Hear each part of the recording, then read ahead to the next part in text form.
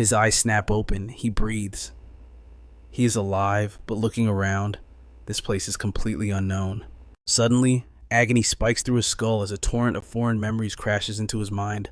This body belonged to a pathetic loser, but Shuo does not care. He immediately tears open a dimensional rift and steps into the void. Blue screens explode before his eyes. The system welcomes back its king after 100 years of silence. His passive income was 70 points every second. The total, an astronomical 221 billion points. He remains the eternal #1 player. No one has ever touched his throne. Furthermore, he claims a Mythic Rank artifact, the reward for stopping the Ninth Rank Calamity that claimed his previous life. Shuo wastes no time. He activates the artifact, multiplying his resources by 999 times. His wealth is now effectively infinite. Now, the system presents the ultimate choice, his new character class. He selects the Necromancer without blinking. Its only flaw is the insane energy cost to upgrade minions, but for Shuo, cost is irrelevant.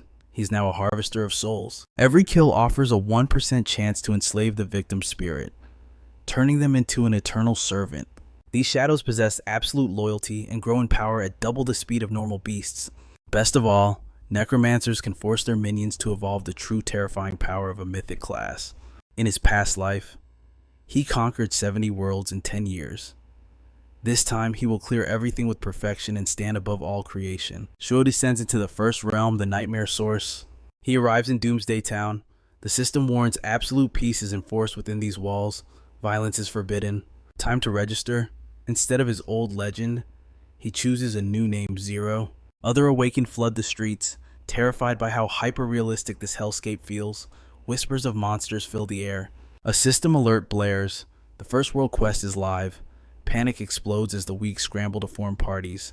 Amidst the chaos, our hero stands like a statue, calmly checking his status window. The mission: slaughter 1,000 beasts and amass 10 silver coins. Only then will the world boss awaken. Defeating it opens the gate to the second world. Shuo smirks. The rules of this game haven't changed a bit. Priority 1, gear. He heads straight to the armory, greeted by the merchant NPC, Charles. His eyes scan the inventory and lock onto a seemingly basic item, a 1-star staff. He slams his entire starter fortune, 100 copper coins, onto the counter. The surrounding players gawk in disbelief. Is he crazy? They whisper. Why buy a weak staff instead of a full armor set? They take him for a total rookie. Shuo just smiles at their ignorance and walks away. A girl points out the logic: low-tier weapons have terrible scaling and weak attributes. Others agree. Wasting resources to refine trash gear is suicide for a beginner. As Shuo vanishes down an alley, the mockery continues. They believe he is just another pay-to-win failure who doesn't understand the mechanics. Shuo inspects the weapon. For normal players, energy is scarce. Upgrading this would be impossible. But Shuo, he is sitting on an ocean of energy. A wicked grin spreads across his face. Let the enhancement begin. The success rate is abysmal, but the cost is cheap. He spams the upgrade button without mercy. Failed. Failed. Succeeded.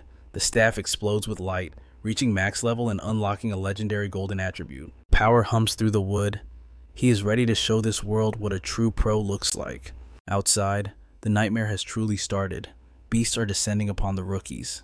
These are low-level mobs, but make no mistake, one scratch means instant death for a level 1 player. While others scream in terror, Shuo steps forward. He triggers the burning effect boom. Instant kill. The crowd freezes in shock. The creature dissolves into ash.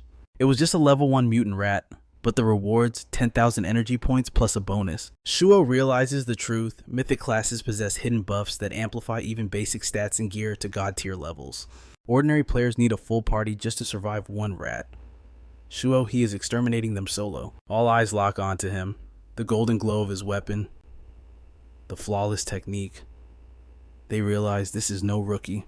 This is a monster in human skin. The onlookers are paralyzed with shock. They simply cannot fathom the power before them. How could a rookie possess such terrifying reserves of alternate energy? It is enough to refine a combat staff right at the tutorial stage. Whispers spread like wildfire through the crowd, and soon they are calling Shuo the big boss, a true titan capable of leading the vanguard into hell. However, our boy has no interest in playing hero for the weak. He sets his sights higher, realizing that grinding these trash mobs is a waste of his potential. In this unforgiving alternate world, The hierarchy is absolute aside from the lowly level 1 rats. There are level 3 and 4 poisonous spiders, level 5, to 7 armored scorpions, level 8 and 9 wild boars, and looming above them all is the Calamity Class tyrant, the level 10 violent boar king. For now, Shuo steps into the shadows of the abandoned factory, hunting the level 3 prey lurking within. As he formulates his strategy, a trio intercepts him, a classic lineup of healer, shielder, and damage dealer, begging to cling to his strength. Without a second of hesitation, the lone wolf rejects their plea and turns his back on them. The three remain frozen, staring at his retreating figure as the man shudders, realizing Shuo's bloodlust is far more terrifying than the beasts themselves, a sentiment the healer silently echoes. Watching him march toward the death zone where high-level monsters prowl, their fear turns to worship. A legend is being born before their eyes. The slaughter begins as our hero crushes the monsters one by one. Every victory fuels his ascension, his level climbing steadily toward the peak. Moving with lethal efficiency, Shuo leaves a trail of dead rats and spiders in his wake, triggering the system to announce 3 consecutive level ups. Scanning the holographic interface, our boy notes he has 18 glorious attribute points ready to mold his destiny. He analyzes the beast Tamare tree. Since it mirrors the path of a destruction mage, he must prioritize casting speed, raw damage, stability, and agility. His eyes lock onto the fireball skill upgrade, and Shuo realizes the fatal mistake others make. Ordinary players ignore this path, believing it weak, preferring to hoard alternate energy instead, but they lack his vision.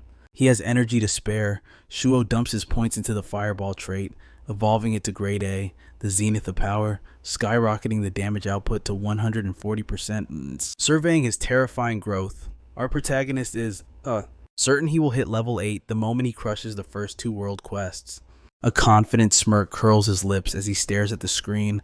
His stats are now sufficient to hunt the ultimate boss and speedrun this first world. Suddenly, Shuo's ears twitch. A faint, pained whisper echoes from the depths of the ruins. He kicks open a massive steel door to reveal a nightmare, a man named Carl, broken and weeping, missing a limb and covered in horrific bruises.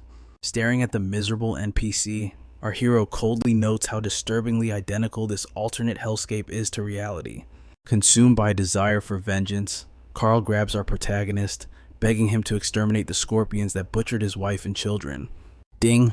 The system presents a choice. Does he accept the mission to eradicate the scorpion menace? Shuo accepts instantly, not out of pity, but calculation. He knows the best legendary gear comes from NPC quests, not random drops. The system unfolds the mission details before his eyes. The target, the armored scorpions and their king, the Emperor Scorpion, lurking in the Doomsday Factory. The objective, total extermination. The rewards promise to be magnificent. Moments later, Shuo stands at the entrance of the Doomsday Factory. His senses scream of a hidden presence watching him, but he ignores the rat in the shadows. The scorpions are the main course. He steps into the nest, greeting the horde with a ruthless smile as they swarm toward him. Shuo is ready. His golden staff dances through the air, but amidst the chaos, a scorpion activates collision, charging like a tank. Steel clashes against shell. After a brief struggle, our boy shatters its defense and sends the monster back to the void. But there is a problem. While the fireball is devastating, it drains his mana pool like a black hole, tapping into the memories of his past life. Shuo recalls the trigger if he slaughters a specific number of minions. The cowardly emperor will be forced to emerge. The strategy works. After a grueling grind, the ground trembles, and the Emperor Scorpion crawls from its abyss. Now, it is a race against time. He must execute the king before his mana runs dry. He unleashes a barrage of attacks, but they bounce harmlessly off the Emperor's obsidian armor. A spark of genius hits him. Shuo spots the gap in the defense and drives a strike into the weak point just as his energy flickers to 0. The behemoth crashes to the floor. Our protagonist raises his staff for the final execution that will complete the mission. But suddenly ambushed 2 vultures burst from the shadows.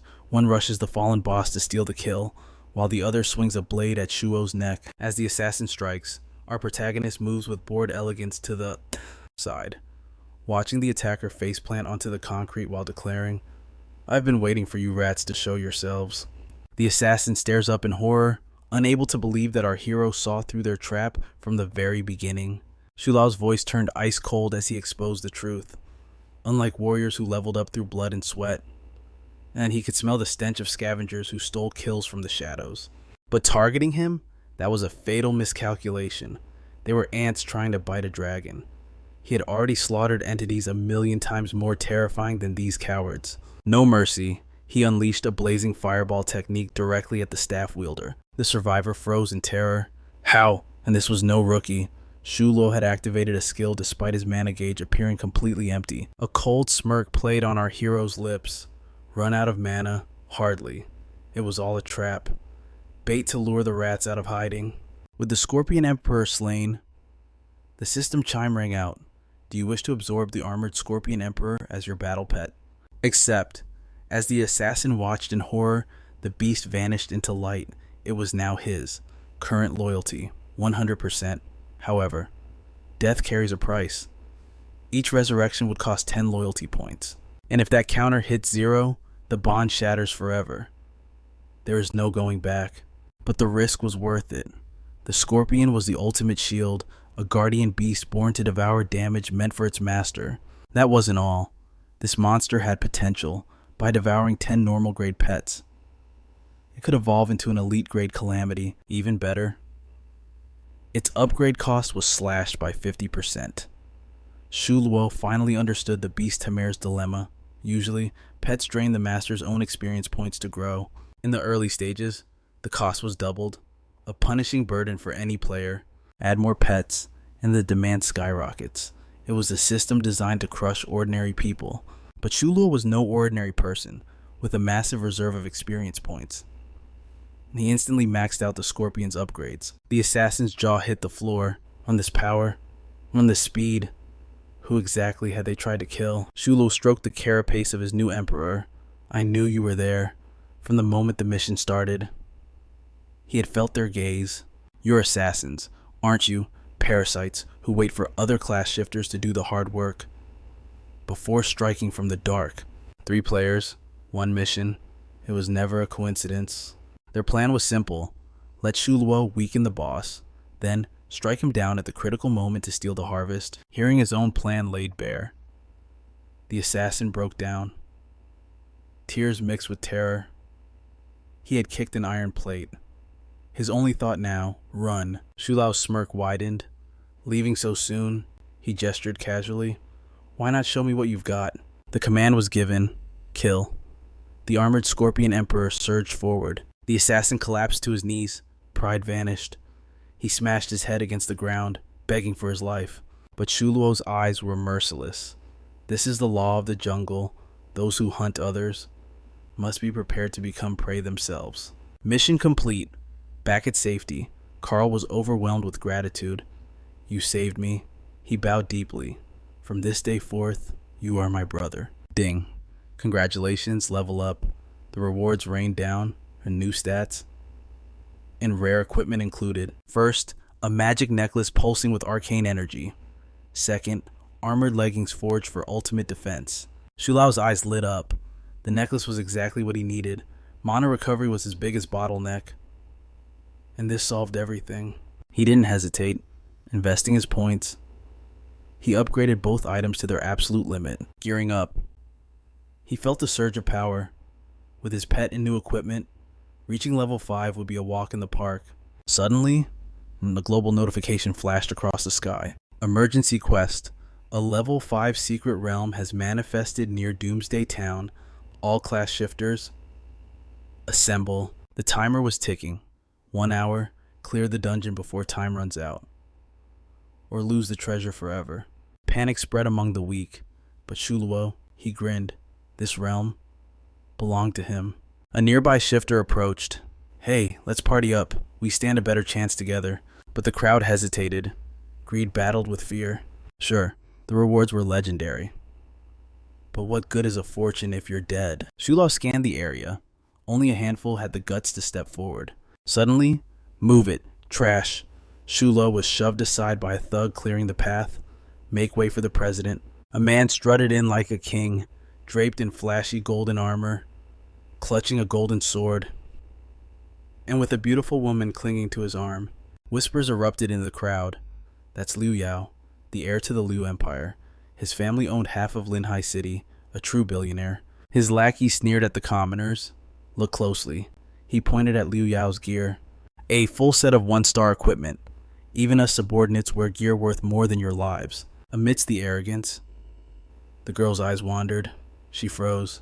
Her gaze locked onto Shuo. Disbelief washed over her face, and it was Linner, the woman who betrayed the original owner of this body. Zhang Yu, fate, has a cruel sense of humor. Lin looked down on him with cold disdain, mocking his empty pockets and laughing at the idea of a mere tamer entering the secret realm. But Shuo didn't cower. Instead, rage flickered in his eyes as he warned her to stay out of his way. Lin froze, her eyes wide with shock. This wasn't the Zhang Yui she knew. The old him would have been on his knees begging for forgiveness by now. Desperate to provoke him, she threw herself into Liu Yao's arms, hugging him tight and declaring that only a powerhouse like Liu was worthy of conquering the realm. Liu Yao smirked, wrapping an arm around Lin as he looked down at our hero. He advised him to move on, claiming there was no point in clinging to a past that was clearly out of his league. With arrogant confidence, he declared that the glory of clearing the realm belonged solely to him. In his eyes, anyone else dreaming of the reward was simply delusional. But our protagonist just scoffed, refusing to look at them. He called Lin a worn-out shoe he had already discarded, telling Liu Yao he was welcome to the trash, before vowing that he would be the one to claim the final victory. Lin's face turned red with humiliation.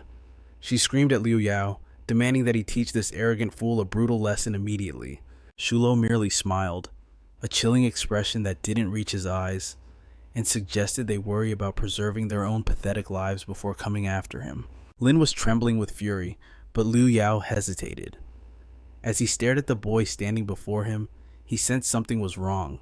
He tried to inspect Shulo's status, but the rank and class were completely hidden. A veil of mystery surrounded this nobody, hinting at a secret reason for the concealment. Instead of taking the bait, Liu Yao regained his composure. With a calm, superior tone, he announced that he had no time to waste on insects when the secret realm was waiting. He turned his back, leading Lin and his entourage toward the entrance, offering the other players a chance to tag along if they wanted a shot at the initial pass. Meanwhile, a stranger approached Shulo, urging him to give up. He argued that the weak and poor had no business competing with the wealthy elites. Our hero simply glanced at the man and countered with a hard truth. Instead of wallowing in inferiority, one should focus on finding a way to become strong. That was the difference in their mindsets. Even though our protagonist was trapped in the body of the impoverished Zhang Yui, his spirit remained practically invincible. His mind was already calculating the value of the resurrection scroll, worth 3,000 yuan. It allowed for 2 revivals within 7 days, essentially granting a warrior 3 lives. Furthermore, rumors suggested the coveted first clear achievement was destined for the Supreme Guild, but Shulo ignored the noise, his focus shifting to the terrifying reality of the realm where the Lord monsters awaited. He knew his limits. With his current power, defeating the final Lord monster was impossible unless both he and his venomous scorpion evolved to grade 5. Once they were inside the safety of the realm, Lin finally exploded, yelling at Brother Yao for letting Shulo get away with insulting her. Liu Yao's expression remained cold. He explained that killing a nobody in plain sight would only stain his family's prestigious reputation, implying his mercy was merely a calculation. With a reassuring hand on her back, he vows to force that player to his knees, making him beg for forgiveness at her feet. Lin's eyes shimmer with gratitude, declaring that he is her true protector, the only one who treats her like a queen. Meanwhile, our necromancer is locked in a grind, hunting alongside his skeletal scorpion to power level. Unlike standard beast tamers, whose pets drain the same amount of experience points as their owner, a necromancer's summons require only half. He simply needs to slaughter some trash mobs to evolve his armored scorpion. In the distance, spectators watch in awe as Shu annihilates the scorpions alone. They cannot believe their eyes. Shock turns to regret as they realize they have severely underestimated this absolute monster. Suddenly, female players swarm our boy, begging to join his party and even offering themselves as his girlfriend. But Shu coldly rejects them all and walks away. His eyes lock onto the system timer. The secret realm closes in 10 minutes. He formulates a plan instantly. He upgrades the Scorpion's defense to serve as an unkillable tank while he focuses on dealing massive damage. To sustain the onslaught, he equips his mana restoration gear, Paired with his fireball spell, he creates a combination of infinite mana and explosive destruction. Shu steps into the secret realm, declaring 10 minutes is more than enough. Meanwhile, Lu's party is being crushed by the Lord tier monsters. It is a massacre.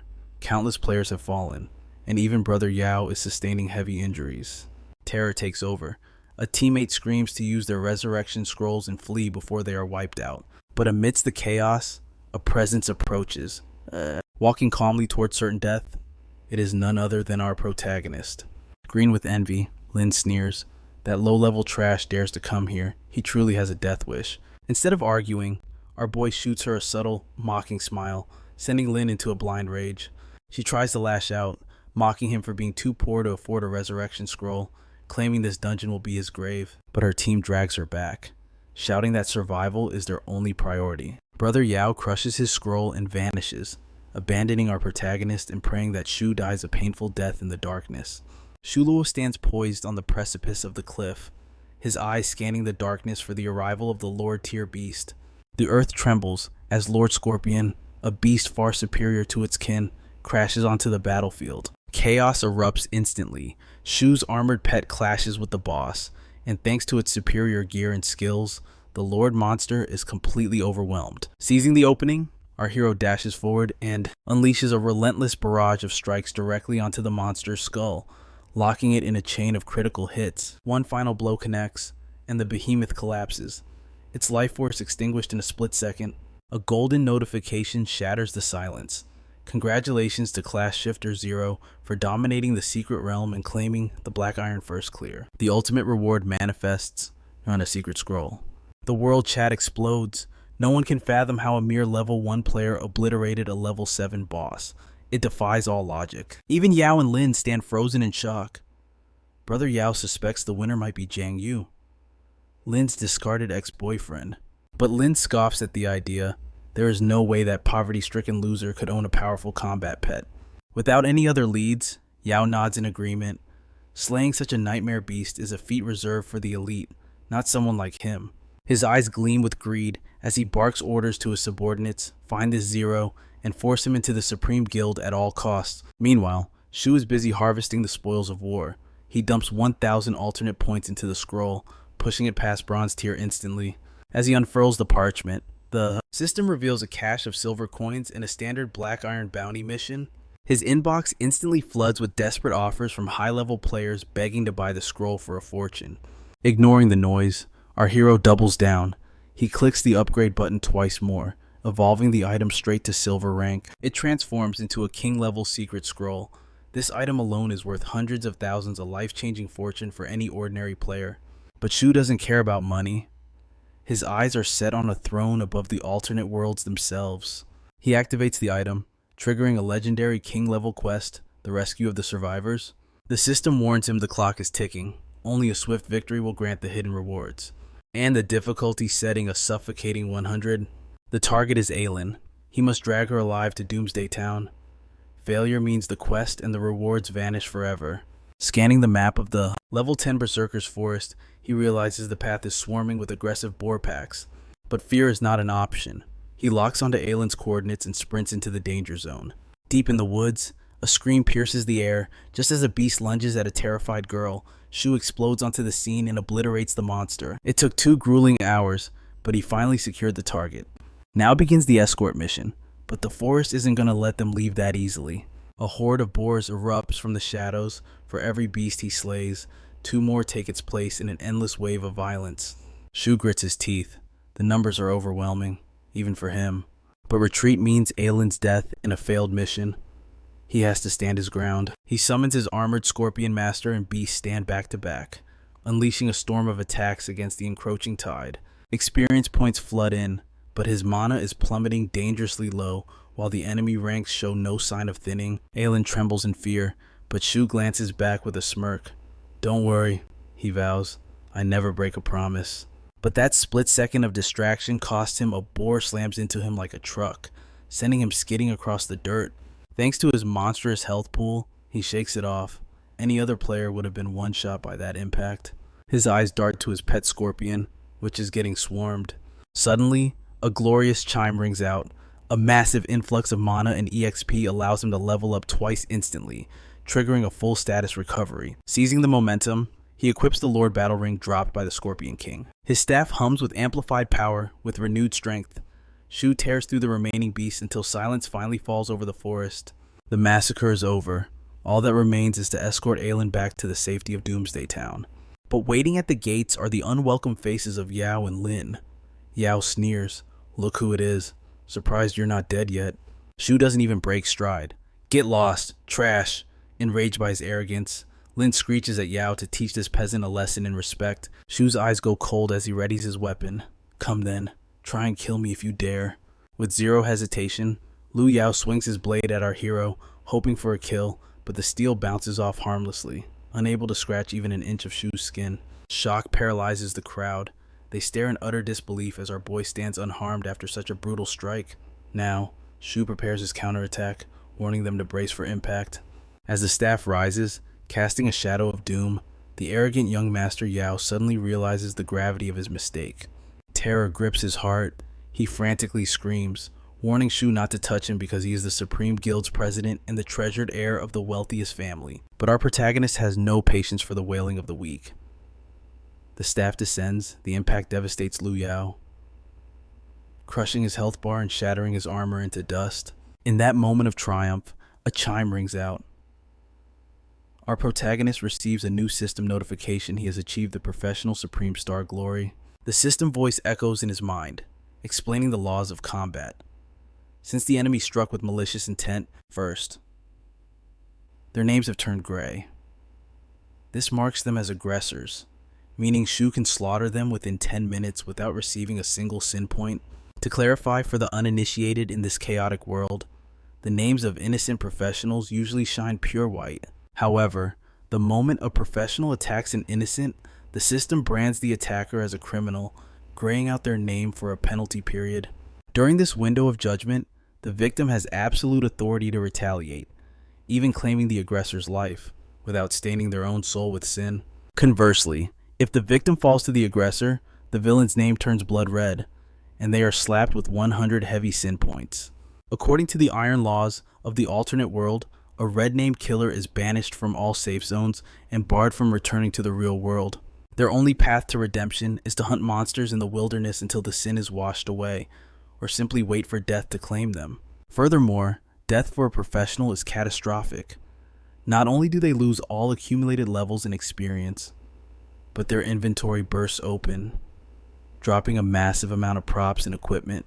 Therefore, the moment Lu Yao hits the ground, Shu begins stripping the corpse of its treasures, while Lin sits nearby, paralyzed by regret and dismay.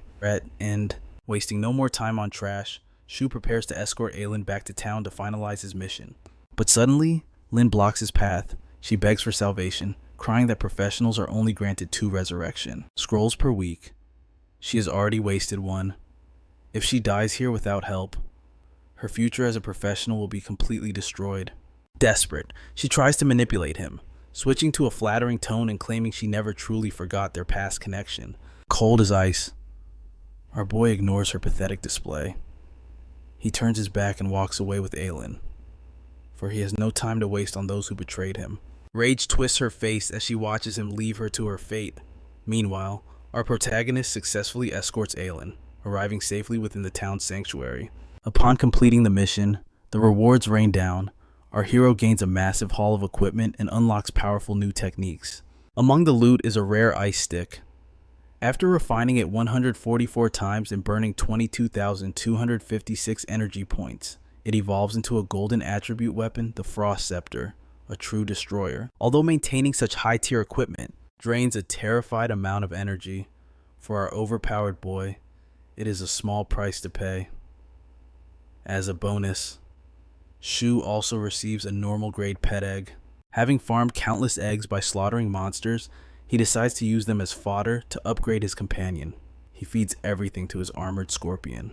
The feast triggers an evolution. The normal scorpion sheds its shell, leveling up into the magnificent silver armored scorpion, an elite tier beast. His arsenal is now terrifying: a 2-star staff, a silver elite pet, and Lu Yao's stolen golden equipment. He is finally strong enough to challenge the first world's ultimate boss. However, before facing such a titan, he needs to restock his consumables. Shuo decides to log out, returning to the real world with the intention of gathering more supplies. The moment his consciousness returns to reality, his phone rings.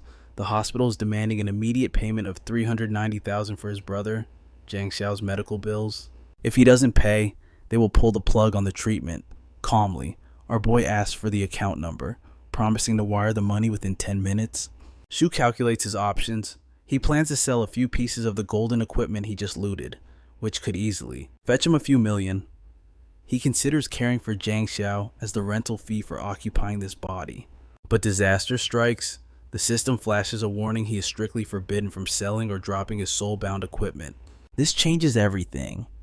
Shuo must find another revenue stream immediately because even if he liquidates all his silver coins, it would only amount to a measly 10,000. He immediately scours the web for part-time jobs. The standard trainer gigs are pathetic, offering pennies per hour with slow payout rates. Suddenly, a peculiar listing catches his eye. A user named Rumro is offering $300,000 to hire a professional coach. The comment section is filled with terror, warning that this death post appears every year, and every coach who accepts it ends up dead. But for our boy, danger is just another word for opportunity. Intrigued by the lethal reputation of the job, he decides to accept the challenge. A mysterious girl answers the call and lays out the conditions. First, the student is a complete rookie. Second, he must guide and protect the student through the completion of the entire first world. After hearing the terms, Shuo raises the stakes. He confidently offers to teach her not just the first, but the second world as well. However, his price is non-negotiable. He needs $390,000 up front. The girl counters with an even better offer, $400,000, but only if he succeeds in keeping her sister alive. Bathed in the neon glow of multiple holographic interfaces, the mysterious operator issues a command from her command center. She demands our protagonist reach the spawn point of Doomsday Town within 10 minutes, where her younger sister is waiting for his assistance. Moments later, Shuo steps through the dimensional portal into Doomsday Town, musing that clearing the first world alone would be child's play. However, earning 400,000 gold just to carry a newbie through the tutorial zone, that is a deal only a fool would refuse. Scanning the area, Shu's gaze lands on a solitary figure, completely shrouded in a heavy cloak to conceal her identity. Recognizing his potential student by her secretive demeanor, our hero approaches the mysterious girl without hesitation. Meanwhile, murmurs ripple through the surrounding crowd. Despite her hood, the players recognize her instantly as the infamous disastrous caster. It seems the entire server knows the rumors this cursed girl and the beast tamer, Shuo, are teaming up for a mission that promises high rewards but high risks. Ignoring the whispers, our hero sends a party invite, officially forming a squad with the girl to guide her through the trials of the first world. As they march forward, Shuo explains the mandatory clear conditions. They must hunt 1,000 monsters and collect 10 system coins to advance. He quickly analyzes her stats, noting that she won't be able to scratch the monsters here, as they are 5 levels above her. Even if he reduces their health to a single hit point, her attacks would be nullified. Therefore, their strategy must be precise grind for experience to boost her level while simultaneously hunting for the quest items. Suddenly, a giant scorpion ambushes them. Shuo reacts instantly, summoning massive crystalline spikes to trap the beast in a prison of jagged earth. With the monster immobilized and near death, he signals the girl to strike, offering her the final kill to absorb the experience points. The moment she lands the killing blow, golden light engulfs her, her level skyrockets, jumping up 3 ranks in a single instant. But as she stands dazed by her own growth, another scorpion lunges. Shuo dashes forward like a blur of motion, shielding her and obliterating the monster in one breath. Shuo holds the trembling pink-haired girl close, his eyes scanning the horizon for threats, acting as her impregnable shield against the dangers of this world. A spark of admiration ignites in her eyes, captivated by his strength and protection. She hesitates until Shuo reminds her that they must keep moving to grind more levels. Trekking through the dense forest, our hero breaks the silence, asking about her age since her growth seems stunted for a player. Since she has remained silent until now, she simply holds up her fingers, revealing that she is actually 21 years old. Shuo is stunned. In this world, everyone awakens their class at 18, yet she has remained stuck at level 1 for 3 whole years. This anomaly triggers his curiosity. compelling him to investigate the dark reason behind her stagnation. Finally lowering her hood, the girl reveals her face and tearfully thanks Shuo, but begs him to abandon her right here and now. She promises to pay him half the commission fee regardless, but demands he make a vow never to reveal this encounter to her sister. Hearing her voice for the first time, our protagonist turns with a steely resolve, declaring he will honor his contract and escort her to the very end of the first world. Terror washes over the girl's face as she warns him to stay away. Revealing the source of her isolation, she possesses the Star of Calamity, a cursed trait labeled Vessel of Disaster, meaning anyone who parties with her is doomed to face endless chaos and misfortune. Instead of fear, a look of intrigue crosses Shu's face. The concept of a Vessel of Disaster only makes this quest more interesting to him. Before she can explain further, a mob of angry players surrounds them, hurling insults at the cursed witch, who is destined to ruin another player's life. The hatred runs deep, stemming from a notorious forum post that states whoever accepts her quest will die a horrific death, but those who manage to kill her will be granted a massive explosion of experience and unique energy. The players draw their weapons, ready to hunt her down like a raid boss, while the girl pleads with Shu to run, as their levels are far superior to his. Just as the tension peaks, the arrogant Lu Yao and his elite squad suddenly materialize on the scene. One of the random players tries to suck up to Lu Yao, but the tyrant shoves him aside, marching straight up to our hero and seizing him by the collar. Lu Yao stares him down with a twisted, unreadable smirk plastered across his face. Unfazed, our protagonist mocks him, asking if Lu Yao has come to deliver more free experience points, noting that his revive scroll is likely still on cooldown. Ignoring the taunt, Lu Yao snaps his fingers, ordering his subordinates to present the special surprise they prepared for Shu. Shu and the girl watch in confusion, unsure if this is an ambush or some strange power play by the antagonist. Lu Yao looks back and spots his henchman, Waku, standing menacingly with a sword drawn, looking ready to decapitate our hero. Realizing his lackey misunderstood the order, Lu Yao explodes in rage, beating his own man mercilessly and screaming that he asked for the other thing. A moment later, the mood shifts drastically as Lu Yao's men surround our hero, not with weapons, but in a respectful formation. To everyone's shock, they simultaneously bow and place opulent gift boxes directly at Shu's feet. A female team member, Lin, screams at Brother Yao in disbelief at this subservient behavior, but he coldly orders her to shut her mouth, leaving her stunned. Cowering slightly behind his own team, the once arrogant Lu Yao meekly asks our hero to accept these hand-picked tributes as a token of his sincerity. But there is a catch to this generosity. In exchange for these treasures, he demands Shu Luo's absolute servitude within the guild. He then drops the bombshell, a monthly salary of 500,000. The crowd gasps, their eyes widening in sheer disbelief at such an astronomical figure. Lin immediately seizes the moment to sneer at our protagonist, mocking that a lowlife like him couldn't earn that much in 10 years of blood and sweat. She insists he should fall to his knees and accept the offer, claiming that serving their guild is the only path to salvation for someone of his status. In truth, Lin sees a golden opportunity to kill two birds with one stone. If she pulls this off, she not only pleases Brother Lu Yao, but also regains her dominance over our boy. However, Shu Luo remains silent, his expression unreadable. Finally, he speaks, his voice dripping with icy arrogance. He declares he only befriends or serves those who possess power greater than his own. "Show me your strength first," he challenges. "Then, perhaps, I will consider your pathetic offer." Lin is baffled. She cannot comprehend why a destitute commoner would reject a fortune. Her shallow mind fails to grasp his reasoning. The protagonist delivers a devastating verbal blow. "Birds of a feather flock together. I refuse to sell my pride like you did." The insult hits its mark, leaving her trembling with humiliation and white-hot fury. Having said his piece, our hero turns to leave, coldly warning them to step aside unless they wish to be crushed. Lin blocks his path, screaming for the men to attack, but to her horror, Lu Yao raises a hand and commands them to stand down, watching our boy walk past unharmed. Desperate to stroke Lu Yao's ego and incite violence, she hisses that Shu Luo is looking down on him and must be punished for his insolence. Lu Yao's eyes darken as he repeats his command. "Let him go." He asks if her ears are malfunctioning, his tone dangerously low. A chill runs down Lin's spine. She falls silent, realizing that Lu Yao's killing intent is currently directed at her, not the boy.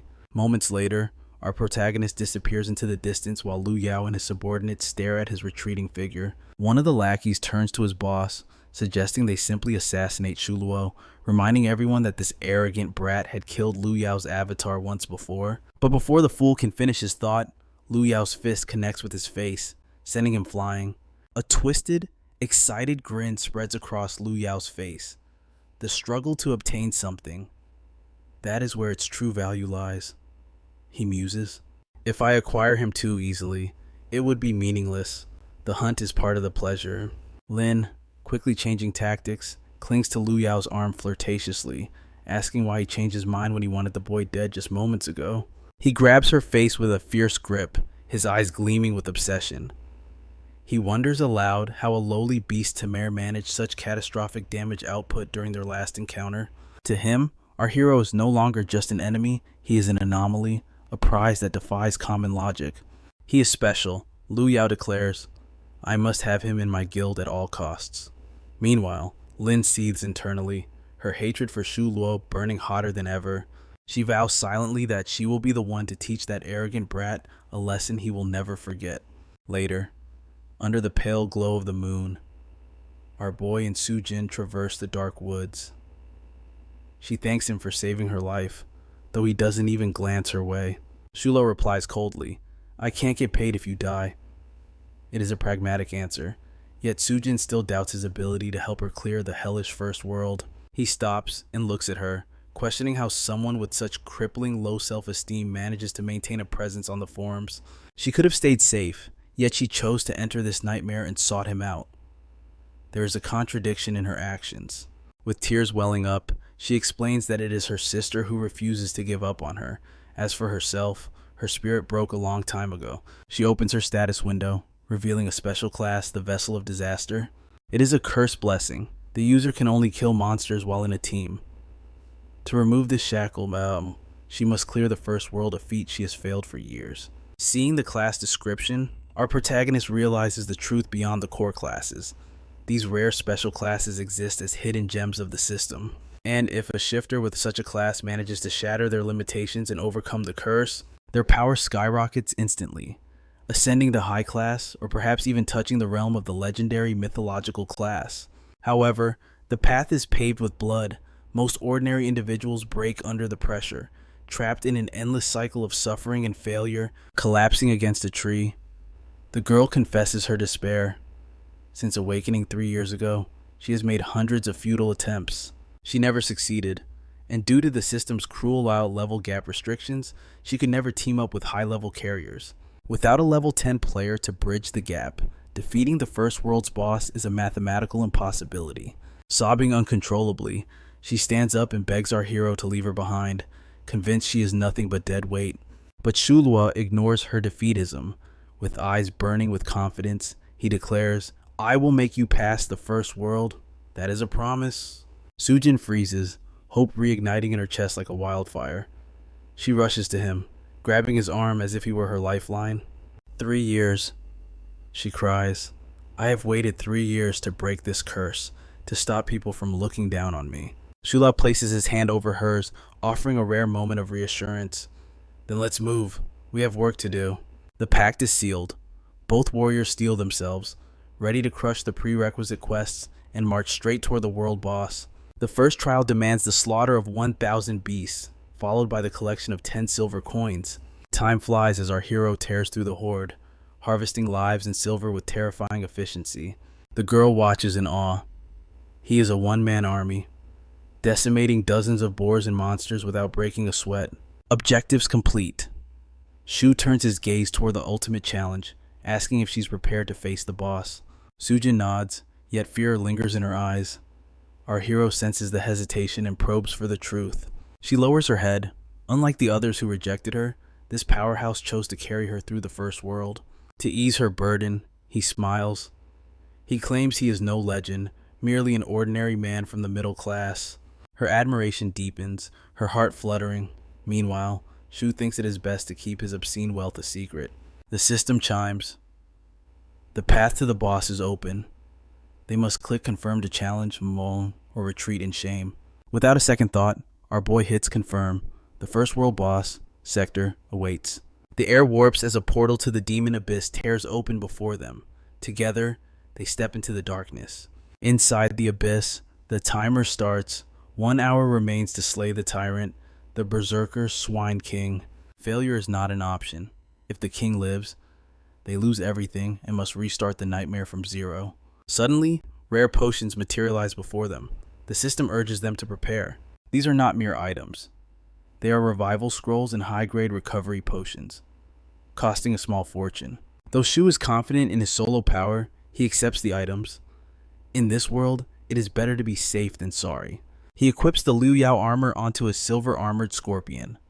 With this tank in front, victory is all but guaranteed. Preparations complete.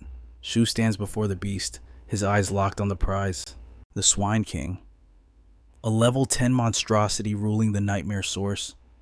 The gatekeeper slaughtering all who seek the second world. Sujin steels herself. She is ready to prove her worth in this battle. Yet terror grips her. It is just the two of them against a level 10 calamity. Sensing her panic, our hero takes charge. He orders her to stay back and focus on supporting his pet.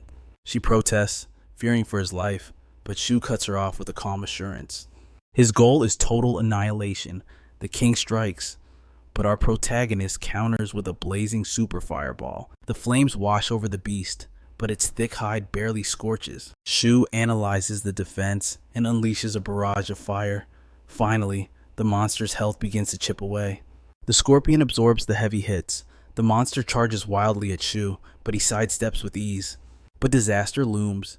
As he checks his pet, the king launches a reckless surprise attack. Sujin screams a warning, but our boy does not move. He stands his ground, a plan already forming. The beast closes in, and Boom Shu unleashes the super ice pick, freezing the monster in its tracks. However, the ice cracks. The king's resistance is too high for a simple freeze to hold.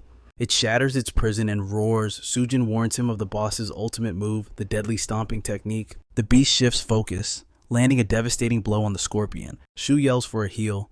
He cannot afford to lose a pet worth 400,000 at this critical moment. Sujin pours her magic into the pet, but the boar's strength is overwhelming. The scorpion is fading fast. There is no time to wait for a full recovery. Shu decides to end this now. He steps forward, unleashing the power of his 2-star golden equipment. He knows not even a rank 10 monster can survive this level of power. He combines fire and ice simultaneously, a feat Sujin thought impossible for any human to master. The elements collide. After a fierce struggle, the Swine King crashes to the floor, dead. Victory is theirs, the system grants rewards, and Shu greedily sorts through the loot. But the real prize belongs to Sujin.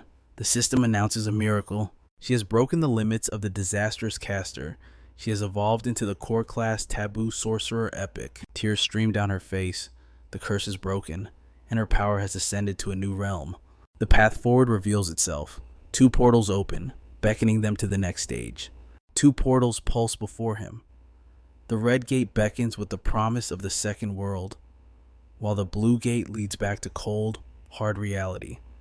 Shuo chooses the blue. His mission to settle the crushing hospital debts of Zhangjiao, the frail brother of the body he now inhabits. Sujin calls out, confusion in her voice. Where are you headed? His reply is cold and precise. To collect what I'm owed from your sister. Moments later, Shuo stands within the heart of Linhai City, inside a towering corporate fortress. Sujin's sister is practically vibrating with excitement. After all, she's meeting the legendary class shifter, Zero, a name that's already making waves in the underworld. Money changes hands. Shuo wastes no time, wiring the funds directly to the hospital accounts. With the transaction complete, he asks the question he dreads. Is there anything else required? Speaking as Zhang Yui, concern bleeds into his voice as he demands updates on his little brother's condition. But the news strikes like a hammer. The staff's voice is grave. The boy's condition has deteriorated. He needs months of observation. The cost, another 40 to 50,000. A heavy silence falls. Regret gnaws at Shuo. He should have accepted Liu Yao's offer when he had the chance, as if summoned by fate. His phone rings again. An offer extends from the shadows, an invitation to the prestigious Misty Pavilion Guild. It is Suyan, the Vice Guildmaster herself. Her pitch is tempting 30,000 a month, full insurance coverage. For a man drowning in medical bills, it is a lifeline he cannot cut. Shuo accepts, but lays down a non-negotiable term. I will fight your battles, he declares, but my personal freedom remains my own.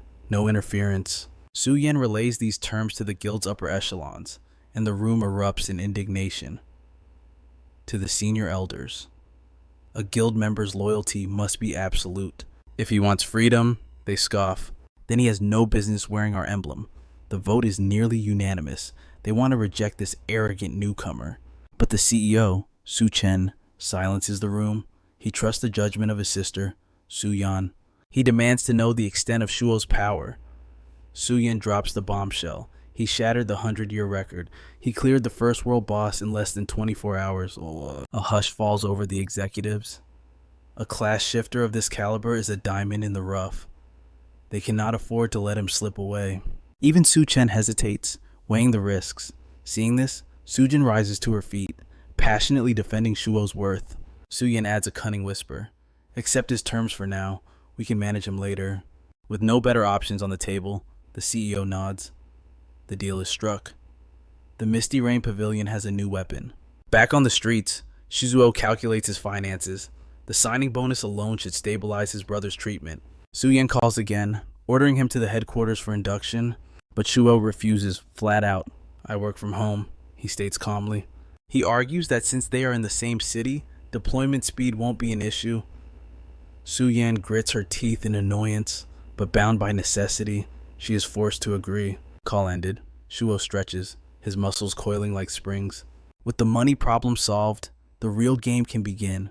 It is time to conquer the second world. He steps through the crimson portal.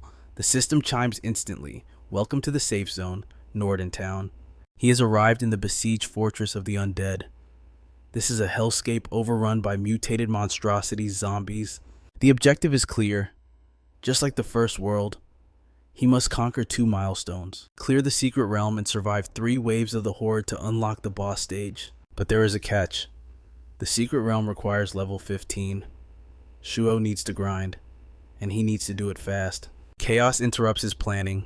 Captain Norris is barking orders, panic lacing his voice.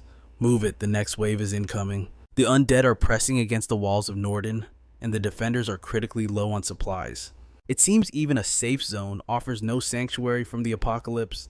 Desperate, Norris spots Shuo. He begs the newcomer to salvage materials from the western sector. The system window flashes. Difficulty extreme. It is the hardest quest available. The targets are between levels 11 and 20. High risk means high reward. Shuo accepts without hesitation, leaving the captain stunned with gratitude. The destination is a ruined military base on the outskirts, now a hive for the wandering dead. Shuo steps into the fray, his armored scorpion at his flank. He launches a fireball, but the flames wash over the rotting flesh with little effect. Fire resistance. Fine. Let's see how they handle the cold, Shuo mutters, switching his affinity to ice. His combat eyes scan the battlefield. He commands his scorpion to draw their aggro, acting as the ultimate tank. Against the scorpion's carapace, the zombies are toothless. With the front line secure, Shuo prepares to slaughter them at his leisure. Frost explodes, shattering the level 11 fire zombie yet, staring at the meager bronze coins dropped. Shuo scoffs at the pathetic reward. He executes his rotation flawlessly, harvesting zombies like crops, but after a massacre yielding only 50 fire cores, his dissatisfaction grows. Fatigue and hunger begin to gnaw at his senses, so he considers logging out to recover and returning under the cover of night. Suddenly, the earth shakes beneath a deafening roar, the unmistakable signal of a Lord tier monster respawning, spinning toward the source of the chaos. His eyes lock onto a massive sovereign zombie charging straight for him with killing intent. A Lord class monster means one thing: the potential for legendary high-level equipment drops just skyrocketed. Hunger forgotten, Shuo steels himself, ready to dance with death against the sovereign zombie. The beast wastes no time, unleashing a devastating icicle spike barrage that tears through our hero's defenses before he can react. It is a nightmare matchup. Both possess ice and fire affinities, rendering Shuo's elemental attacks significantly less effective against the behemoth. With a brutal swipe, the monster obliterates Shu's battle pet. The scorpion shatters into light, triggering a punishing 3-hour revival cooldown. Even with his necromancer arts fully unleashed, Holding off this monstrosity for 3 hours is a statistical impossibility. The situation spirals out of control as the sovereign's power overwhelms him. But suddenly, a blast strikes from the shadows. Fang Sujin has entered the fray. She locks down the creature's aggro, shouting for Shuo to focus entirely on dealing damage while she tanks the assault. She unleashes a blazing fireball, instantly weaving it with a ray of light technique to bind the monster in place. Shuo watches in shock. Executing 3 high-level skills simultaneously requires god-tier micromanagement. This is the terrifying potential of the hidden class, the Taboo Sorcerer. Seizing the moment, Shuo and Sujin synchronize their ultimates, delivering a catastrophic blow that finally obliterates the level 14 sovereign. As the loot rains down, Shuo thanks her for the save and attempts to trade her share of the spoils, but she gracefully declines, insisting she was merely passing by for her own quest when she witnessed his solitary stand against the boss. Furthermore, she whispers that she still owes him a debt of gratitude for saving her previously. Confused, our protagonist reminds her that the payment was already settled by her sister, keeping his deeper identity guarded. She bows, formally introducing herself as Su Jinyan, playing his part. Shuo introduces himself as Zhang Yui, the name belonging to the body he currently possesses. Formalities aside, Shuo realizes they are bound by the same guild and quest line, so he proposes a temporary alliance, inquiring about the specifics of her class buffs. Sujin's eyes light up with excitement as she breaks down her kit, explaining that her crowd control abilities are evolving into taboos, granting a massive 30% increase in duration and a 30% reduction in cooldowns. Calculating the numbers, our hero realizes her support capabilities are exactly what he needs to dominate future challenges. Yet, abruptly, he turns his back and begins marching in the opposite direction. When she questions his retreat, he explains he must return to the city of Norden for supplies, promising to regroup with her in exactly 10 minutes. It seems Sujin is already falling for him, recalling her vow to marry the one who could break her curse. She quickly shakes her head, flushing at the awkwardness of such romantic notions in the middle of a dungeon. Safely back in Norden, Shuo inspects his haul, analyzing the stats of his hard-earned loot. He equips the dashing boots of ice and fire, feeling the surge of power as his agility instantly jumps by 10 points. But gear isn't enough. His mind races toward acquiring destructive skills capable of melting high-level monstrosities. He refines the super flaming bullet technique to the A rank level, testing it. The explosive power confirms he is ready for the next tier of combat. A notification chimes. It is a formal guild invitation from Su Jinyan. With his preparations in Norden complete, he smashes the accept button and teleports back to the guild headquarters. Walking side by side, Sujin marvels at his overwhelming damage output, while Shuo commends her flawless timing with crowd control magic. Blushing at the compliment, she admits that her talented sister curated the skill set specifically for her class. As the atmosphere lightens, her curiosity peaks, and she hesitantly asks if our hero is secretly wielding mythical grade equipment, as his damage numbers defy all logic for his level. Shuo waves it off with a laugh, claiming he's just a standard mythical class shifter, nothing more. Sujin narrows her eyes, unconvinced, noting that not a single mythical class awakening has been recorded in the news this entire year. With a mysterious smirk, our protagonist lets her wonder, knowing the dark truth that his awakening defies the natural laws of this world. Having exterminated the fire and ice zombies, they set their sights on the next deadly objective, harvesting poison cores. With the target identified, the duo descends, heading straight into the territory of the venomous zombies. Suddenly, a system notification flashes before their eyes.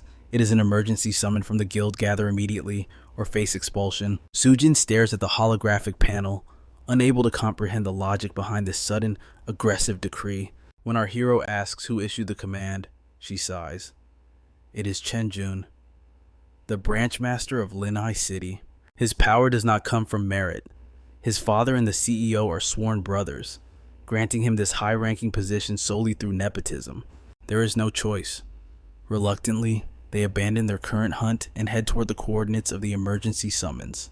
Elsewhere, a chaotic raid is underway. Scores of hunters clash against a sovereign zombie, but the beast is overwhelming, and the front line is collapsing. It is total anarchy.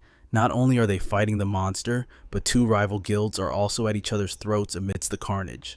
Lu Yao crosses blades with Captain Norris. Just then, Shuo steps onto the battlefield, refusing to engage in a civil war while a boss monster runs rampant. Rewinding time by 1 hour, the situation was dire. A massive zombie wave had pinned the group down, pushing them to their limits. They realized brute force was useless to take down the Lord Zombie. They desperately needed a high-level crowd controller. Chenjun barked orders to hold the line, stalling the undead horde until their ace, Sujin, could arrive on the scene. Back in the present, Sujin finally lands on the battlefield, with our protagonist shadowing her steps. Murmurs ripple through the crowd. They recognize her instantly, the scion of the Su family, the untouchable Ice Queen. But their gazes turn mocking when they see Shuo. Despite rumors of him breaking a curse, they dismiss him as weak trash with zero combat potential. Hearing the whispers, Sujin's eyes flash cold. She rejects the Ice Queen title and warns Shuo to ignore the jealous slander. Yet, standing next to him, she feels a sudden, unexplainable flush of shyness. Nearby, Chenjun spots her, and his face lights up with possessive delight. But his smile vanishes the moment he sees the man standing by her side. Shock turns into instant hostility. He demands answers immediately, questioning who this nobody is and why Sujin is alone with him in the wilderness. Sujin coldly tells him to mind his own business, but Chenjun plays the protector card, claiming he only wants to shield her from those with ill intentions. She brushes off his fake concern and cuts straight to the chase, asking about the emergency alert. Chenjun points to the chaos. The zombie sovereign is proving impossible to kill, and their defensive lines are crumbling. Assessing the battlefield, Sujin realizes the stakes. Taking down this boss would secure a massive reputation boost for the guild. Without hesitation, Shuo steps forward, ready to fulfill his duty as a member. Sujin stares at him, stunned by his sudden initiative. But Chenjun blocks his path. He vehemently refuses to let our hero join the vanguard. His eyes drip with disdain. To him, Shuo is just a lowly beast Tamir who lucked his way into the guild cannon fodder who would only get in the way. The other elite players chime in, fueling the fire with mockery and scorn. They sneer at Shuo, branding him a gold digger chasing easy money, and blindly agreeing with Chenjun's judgment. Sujin opens her mouth to defend him, but Shuo raises a hand. He calmly acknowledges Chenjun's authority as the raid leader. Left with no choice, Sujin grabs Shulo's arm tightly. She declares that if he isn't fighting, she isn't fighting either. Panic strikes Chenjun. He quickly changes his tune, claiming he was only worried about the weak Shuo getting hurt. He sneers, allowing it on one condition: if Shuo dies out there, no one will lift a finger to save him. Chenjun then practically drags Sujin toward the front lines, desperate for her crowd control skills to lock down the sovereign. As she's pulled away, she yells for Shuo to wait, but our hero calculates the odds. Even with her help, a level 15 boss won't go down easily. The raid party charges, and meanwhile, Shuo stands back, his sharp eyes analyzing their combat patterns and the monster's weaknesses. On the other side, Lu Yao freezes. He is stunned to see the talented Shuo wearing the insignia of the Misty Pavilion. Lin explodes in a jealous rage, screaming at Shuo for rejecting their guild only to serve another like a loyal dog. That crosses the line. Sujin unleashes a furious attack at Lin, refusing to let anyone insult the man she admires. But Lu Yao ignores the conflict. He is desperate. He sees Shulo's value and makes a play to poach him right then and there. He offers a fortune, triple the salary, and the vice guild leader position. Sujin bristles with anger at this brazen attempt to steal her teammate. Shuo remains unmoved. He locks eyes with Yao and declares that he is a man of his word. He will not jump ship while his current contract stands. However, he leaves the door open, suggesting that the threads of fate might allow them to cooperate in the future. This display of loyalty only impresses Lu Yao further. He vows to keep a spot open for our protagonist, no matter how long it takes. But their diplomatic talk is cut short. A terrified scream pierces the air from the front lines. They must focus all damage on the boss zombie immediately, or the entire raid is doomed to fail. With Lu Yao stepping aside in satisfaction, the stage belongs to one man. Sujin Yan turns to our hero, her eyes filled with pure gratitude. But the nightmare isn't over.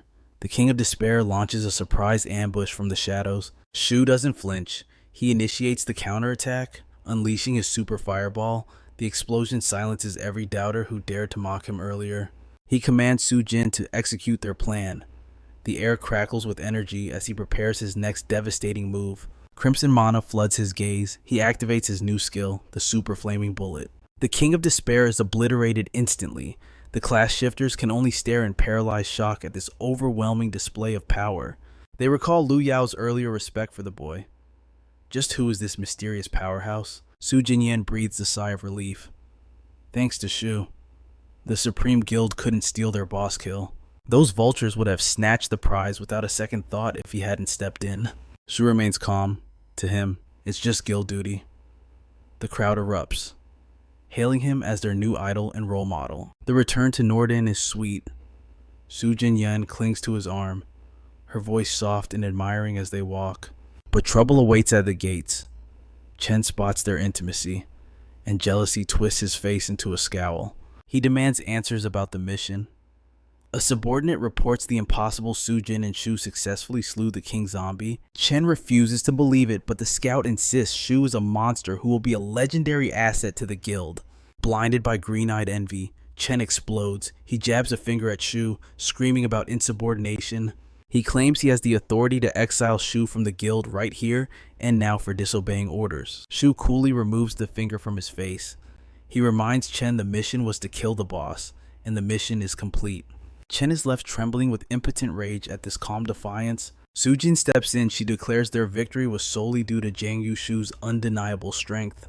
The guild should be begging him to stay, not threatening him. Ignoring the drama, she drags our hero away. The grind never stops. They have quests to finish. Left behind, Chen's eyes burn with venomous hatred. He won't let this humiliation slide. He commands his shadows watch Shu, find a weakness, destroy him.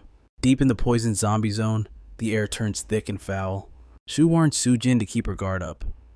These monsters are far deadlier than the ice or fire variants. She asks why, and he explains even without elemental affinity, their toxic skills spell instant death. Grateful for his guidance, she shares the rewards from their previous conquest with him. Battle erupts. They dance through the horde, their coordination flawless as they slaughter the poison zombies. But Shu's instincts scream. Someone is watching them from the darkness. It's Chen's spy, reporting back that the duo is farming cores at an alarming rate. Worse yet, the spy notes their laughter and banter. They look closer than ever before. Chen slams his fist in fury. Sujin never smiled at him like that. His lackey whispers a solution exiles Shu from the guild, and the girl will be isolated. Suddenly, a system alert blares. A level 13 horde is approaching. A twisted smile spreads across Chen's face. Chaos is exactly what he needed. In the second world, hordes disable all safe zone protections. It's open season. He plots to assassinate Shu during the confusion. Meanwhile, the duo closes in on their kill quota. 30 minutes until the horde arrives. They must finish now. A poison zombie strikes from the blind spot. Shu takes a hit to the shoulder. Sujin locks it down with crowd control. Shu impales the beast through the mouth instantly. Wincing in pain, Shu orders a retreat away from the riverside. Safety first. Quest complete. Sujin hits level 16 and Shu ascends to level 17. Sujin marvels at his speed. He'd be level 20 if his pet wasn't leeching his experience points. But the horde looms. Shu opens his inventory to refine his gear immediately. He equips explosion resistance leggings and armors his scorpion. They will be unbreakable when the storm hits. Su Jinyan stands ready, adrenaline coursing through her veins as she prepares for the impending horde battle. But suddenly, her interface pings with a summons from Chen Jun, demanding her immediate presence at the office where her sister is being held. Anxiety claws at her throat. Leaving now means abandoning Shu to face the apocalyptic wave all on his own. Sensing her inner turmoil, Shu meets her gaze and insists she leave before the event triggers, or she will be trapped in this alternate dimension. Su Jinyan hesitates, terrified because the incoming zombies are level 13 and number in the thousands, but our protagonist's eyes hold a calm assurance of safety. Reluctantly, she fades away into the real world, just as the atmosphere shifts and the true nightmare begins to stir. The system locks down the zone. No soul is permitted to leave until the annihilation mission is complete. Without warning, a pillar of holy light crashes into the earth, signaling the descent of an endless, catastrophic wave of the undead. Panic sweeps through the shapeshifters like a plague, while Shu calculates the odds, realizing this endless tide cannot be defeated by brute force alone. The only path to survival is forcing them out of the safe zone. Suddenly, his inbox floods with distress signals from other allied shifters. Arriving at the coordinates, he finds men scattered on the ground, while Chen Jun lurks in the shadows, a treacherous smirk on his face. One of Chen's lackeys scans our protagonist, scoffing as he misjudges Shu's defense stats as pathetic and weak. The trap is sprung. 12 elite archers reveal themselves from the back alley, confident their volley will turn Shu into a pincushion. Chenjun's plan is sadistic. He intends to spawn camp our hero, killing him, waiting at the resurrection point, and slaughtering him again in an endless loop of humiliation. This vendetta is fueled by pure jealousy, all because Shu dared to get close to Su Jinyan, a woman Chen claims as his own property. Our protagonist stands motionless in the kill zone as the archers unleash a synchronized storm of arrows. But steel meets chitin. His pet scorpion materializes instantly, acting as an impenetrable fortress against the barrage. A crimson notification flashes before Shu's eyes. The system has recognized the unprovoked assault. The rules of the world shift. Since he was attacked intentionally, he now has 10 minutes of immunity to slaughter his aggressors without fear of a penalty. A cold smile touches our boy's lips as he challenges them to survive what comes next. In mere moments, the alley runs red. Shu and his scorpion annihilate all 12 archers with surgical precision. Chenjun stares in horror, his reality shattering, and immediately turns to berate the strategist who underestimated our hero's terrifying power. But amidst their bickering, Shu steps forward, his aura flaring as he reminds them that they were the ones who chose violence. His voice drops an octave, declaring that treating him like prey was the last mistake they would ever make. Chenjun stands frozen, oblivious to the fact that Shu had been reading their moves like an open book. With a mocking smirk, our boy reveals the truth. He knew about the spy since the Zombie King raid and simply decided to play the fool. The color drains from Chen's face as he realizes his perfect ambush backfired because Shu feigned weakness to lure them into a false sense of security. Shu shrugs nonchalantly, admitting he never cared to fight them, but their reactions were too amusing to pass up. Driven by the arrogance of a highborn aristocrat, Chenjun draws his bow even as death stares him in the face. The arrow never flies. Before the string can snap, Shu shatters the weapon with a blast of frost-black energy. Desperate, one of Chen's elites, a high-ranking church assassin, lunges from the shadows to take Shu's head. It is futile. Shu incinerates him instantly with a high-tier fireball technique before the blade can even graze him. Trembling with a mix of fear and awe, Chen finally asks the question that haunts him: who exactly is this monster standing before him? The answer is delivered in blood. Shu executes Chenjun on the spot, teaching him a permanent lesson about messing with the unknown. Meanwhile, back at the resurrection point, the defeated group materializes, their egos bruised and broken. Their system logs flash the killer's tag ID0. Disbelief washes over them as they realize they just tried to ambush the legendary Necromancer who soloed the World Lord. Chenjun is shaking with rage and terror, finally understanding that his rival is the untouchable rank 1 player. Yet, his pride refuses to die, and a desperate need for revenge consumes him. The scene shifts to the real world, within the opulent halls of the Su family estate, where the elders have brokered a marriage alliance. Su Jinyan stands her ground, her voice sharp as she rejects the union, declaring her absolute disdain for Chenjun. Chen's father steps in, arrogant and presumptuous, displaying a devil's outfit and a mythical grade potion worth 13 million, trying to buy her affection. He doubles down, promising that upon marrying his son, she will become the crown jewel of their corporate empire. But Su Jinyan's resolve is iron. She thanks him coldly before shattering his expectations with a firm refusal. Her uncle explodes in fury, his shouts echoing through the hall as he demands her obedience. Suddenly, her elder sister intervenes, shielding Su Jinyan and declaring that their family bloodline is not a commodity to be traded for profit. Moving on, she swears an oath of loyalty to Su Jinan, promising to stand by her side until she finds her true happiness. But their moment of peace is shattered. Mr. Chen's phone rings, delivering news that strikes like a thunderbolt. His son, Chenjun, has been slaughtered by our protagonist, Jiang Yu. Rage explodes from the older man. He bellows that his son, a guild master, is being hunted by his own allies, reminding everyone that he is the financial backbone of the Su Fountain Guild. As he rises, radiating murderous intent, CEO Su attempts to extinguish the flames of his wrath, but Mr. Chen is beyond reason. His eyes burn with the promise of blood if his son falls. He will unleash hell upon them all. He storms out, the door slamming like a gavel sealing a verdict. Left behind. CEO Su turns his frustration toward his nieces, blaming them for bringing this calamity upon the guild. Jinan stands firm, her voice trembling but resolute, She insists our hero would never kill without cause. There must be a deeper truth hidden in the shadows. The CEO refuses to hear it. He demands Shu be dragged back in chains if necessary and forced to bow his head to the Chen family. There is no middle ground. Apologize, or be exiled from the Misty Rain Pavilion forever. In the midst of this chaos, Sujinan's phone rings. It is Shu, voice trembling. She asks the dreaded question, did he really do it? But instead of a defense, our protagonist delivers a cold resignation. Panic seizes her heart. She begs him to reconsider, swearing she will move heaven and earth to prove his innocence. She pleads with him not to throw it all away, but Shu cuts her off. His voice is calm, almost icy, as he tells her to let the matter go. He knows the storm that is coming. Having killed the son, the father's vengeance is inevitable. A target has been painted on his back. Severing ties with the Misty Rain Pavilion isn't surrender. It is a necessary tactical move. Now, only one thing matters saving Zhao. To gather the 50,000 required for her medical expenses, he needs rare materials. It is time to descend into the perilous third world. Walking through the bustling streets, Shu reviews his objectives. The path ahead is paved with blood. Survive 2 more zombie waves. Clear a dungeon. Only then can he challenge the terrifying Lord Monster of the Second World. 3 dungeons stand before him, but only one is required to advance his evolution. His eyes set on the death level dungeon.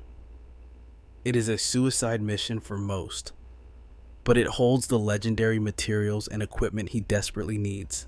Level 20 monsters to our hero, they are nothing but stepping stones on his path to power. Suddenly, shadows block his path. A group of men encircle him, whispering excitedly about the infamous beast Tamir. Shu asks them to step aside, his tone polite but firm. They respond with mockery, spitting insults at his weakness and daring him to strike first. He sees through their pathetic act instantly, with a smirk. Our protagonist asks the real question, how much is Chen Jun paying for my head? One thug grins, spilling the truth. 5,000 credits and a revival scroll just for harassment. Another 5,000 for anyone who dies by Jiang Yushu's hand. Shu almost laughs. It seems his life is worth a fortune to the Chen family. Crushing these level 10 insects would be effortless. But that is exactly what they want. To force him into a kill and brand him with a red name. A red name is a death sentence, banned from logging off, barred from safe zones, locked out of boss challenges. He would be trapped in this digital hell until his sins were washed away. Just as the tension peaks, a new player enters the game. Lu Yao appears. He steps forward, dropping a bombshell. 50,000 to anyone who kills Chen Jun. The crowd gasps, stunned by this outrageous counteroffer. One of Brother Yao's lackeys puffs up his chest, announcing that this is the eldest son of the Liu family, the undisputed kings of Linhai City. Greed shifts the winds instantly. Cries of Master Yao fill the air as the mob turns their hungry eyes toward Chen Jun instead. Turning to Shu, President Yao smirks. Is it true Misty Rain kicked you out? Chen Jun is singing about it like a canary. Shu shrugs, completely unfazed. Let the dog bark. It's all he knows how to do. Impressed by his attitude, Lu Yao makes his move. He offers our hero a position in his pavilion, telling him to name his own price. Shu doesn't even break stride. Not interested. He walks away, leaving a stunned silence. Yao's man fumes at the disrespect, but Yao doesn't see it that way. He smiles, understanding the wolf's nature. After being betrayed by one guild, why would Shu rush to join another? In Yao's eyes, the Misty Rain Pavilion has made a fatal error. Only fools would throw away a player of this caliber. Meanwhile, our hero walks on. He knows this isn't over. Chen Jun will return, and next time, words won't be enough. The scene shifts. Shu finally stands before the gaping maw of the level 15 dungeon, the Dark Corpse Forest. He chose this path carefully. While greedy fools rush toward the high-level dungeons, the lowest level nest remains abandoned, a hidden gem waiting to be claimed. Inside, a solitary figure awaits. The NPC, Mage Moore, eyes him with ancient wisdom. Are you prepared to face the darkness of the corpse nest, traveler? Shu now IDs without hesitation. The mage hands over the entry token, whispering a blessing of luck that sounds ominously like a warning. But Shu sees what others miss. This isn't just a token. With the right refinement, it can become golden, the key to unlocking a legendary hidden dungeon. The success rate is abysmal, the energy cost astronomical, Most players wouldn't dare waste their time on such a gamble, but our protagonist is ready to defy the odds. Unlike the ordinary masses, our boy possesses a will of iron, so he boldly begins refining the token. Meanwhile, the hunters Chen Jun sent are no longer the predators. They are fleeing in terror, running for their very lives. Desperation takes hold.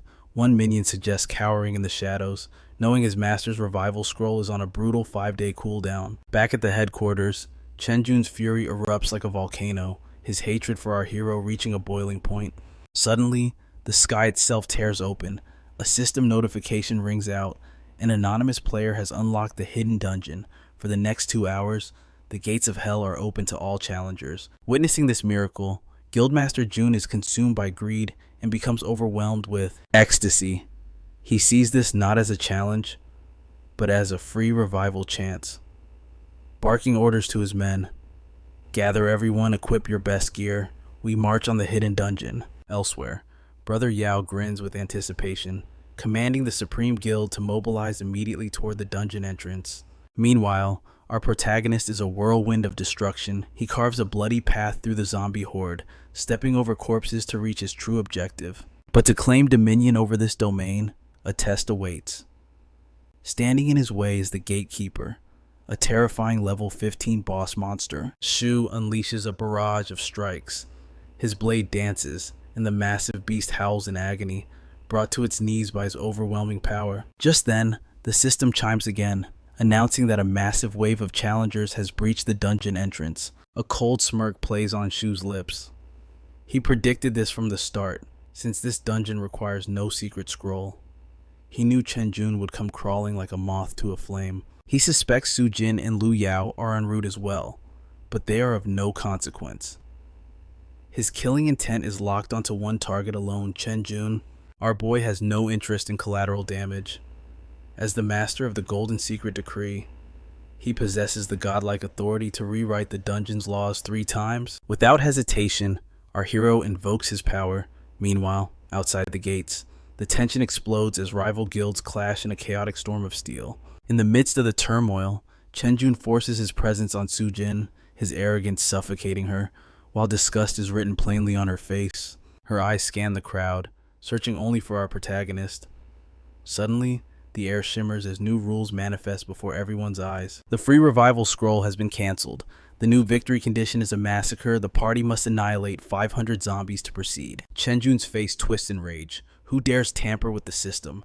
His furious roar echoes through the clearing at the unknown mastermind. A trembling subordinate speaks up, suggesting the unthinkable. Guildmaster. Could it be that brat? Did he change the rules specifically to lock you out? Impossible. Chen Jun scoffs at the very idea, refusing to believe that trash got lucky enough to refine the golden secret, or that he would burn hundreds of thousands in alternate energy just to spite him. Su Jin, however, narrows her eyes. Her intuition screams the truth. This specific cruelty feels exactly like Shu's handiwork. Still in denial, Chen Jun shouts his delusion. The game master changed it out of fear. They are afraid we will claim the rewards first. Turning his greasy charm on Su Jin, he boasts that he will carry her to the end, but she cuts him down instantly. Save your breath. Worry about your own survival. Pushing through the throng, Chen marches toward the entrance, but suddenly, a guild member freezes, pointing a shaking finger ahead at a shocking sight. A power that defies logic. Someone has already slaughtered the gatekeeper before the raid even began. Perched atop the monster's corpse like a king on a throne, is Shu, seeing him alive and dominant. Su Jin's face lights up with relief, but for Chen Jun, the realization hits like a truck. It was him. The rage turns to cold dread as he realizes our protagonist controls the game board. Shu leaps gracefully from the beast's carcass. He locks eyes with his enemy and smiles coldly, challenging Jun to take the shot he has been so desperate for. Sweat beads on Chen Jun's forehead. The arrogance vanishes as he realizes this isn't a dungeon run, it's a trap tailored specifically for his execution. Cowardice takes over. He scrambles behind his meat shields, warning Shu that Master Su Chen of the aristocracy values him, and attacking him would mean war. Desperate, he turns to Su Jin, grasping at straws, and commands her to use her imprisonment arts to lock Shu down so they can slaughter him while he is helpless. Su Jin looks at him with pure contempt. "I refuse," she states icily. You dug this grave yourself, Chenjun. Now lie in it. Cornered like a rat, Chen screeches at his minions to attack, but his men tremble in their boots, terrified of the monster who solo killed a boss. Money talks where loyalty fails. $5,000 to the one who takes his head. Chen bellows, greed overrides fear, and the mob roars, ready to strike. They surge forward like a tidal wave, but Shuo walks to meet them with the calmness of a reaper, slaughtering every member of the pavilion one by one. Seeing our hero occupied with the bloodbath, Chen sees an opening and orders the survivors to charge the dungeon objective. But the path is barred. Shu's summoned scorpions rise from the earth. An overconfident lackey steps up, shouting, "I'll smash this bug to pieces." He swings his blade with all his might. But clang, the steel shatters like glass against the scorpion's impenetrable carapace. Chaos ensues.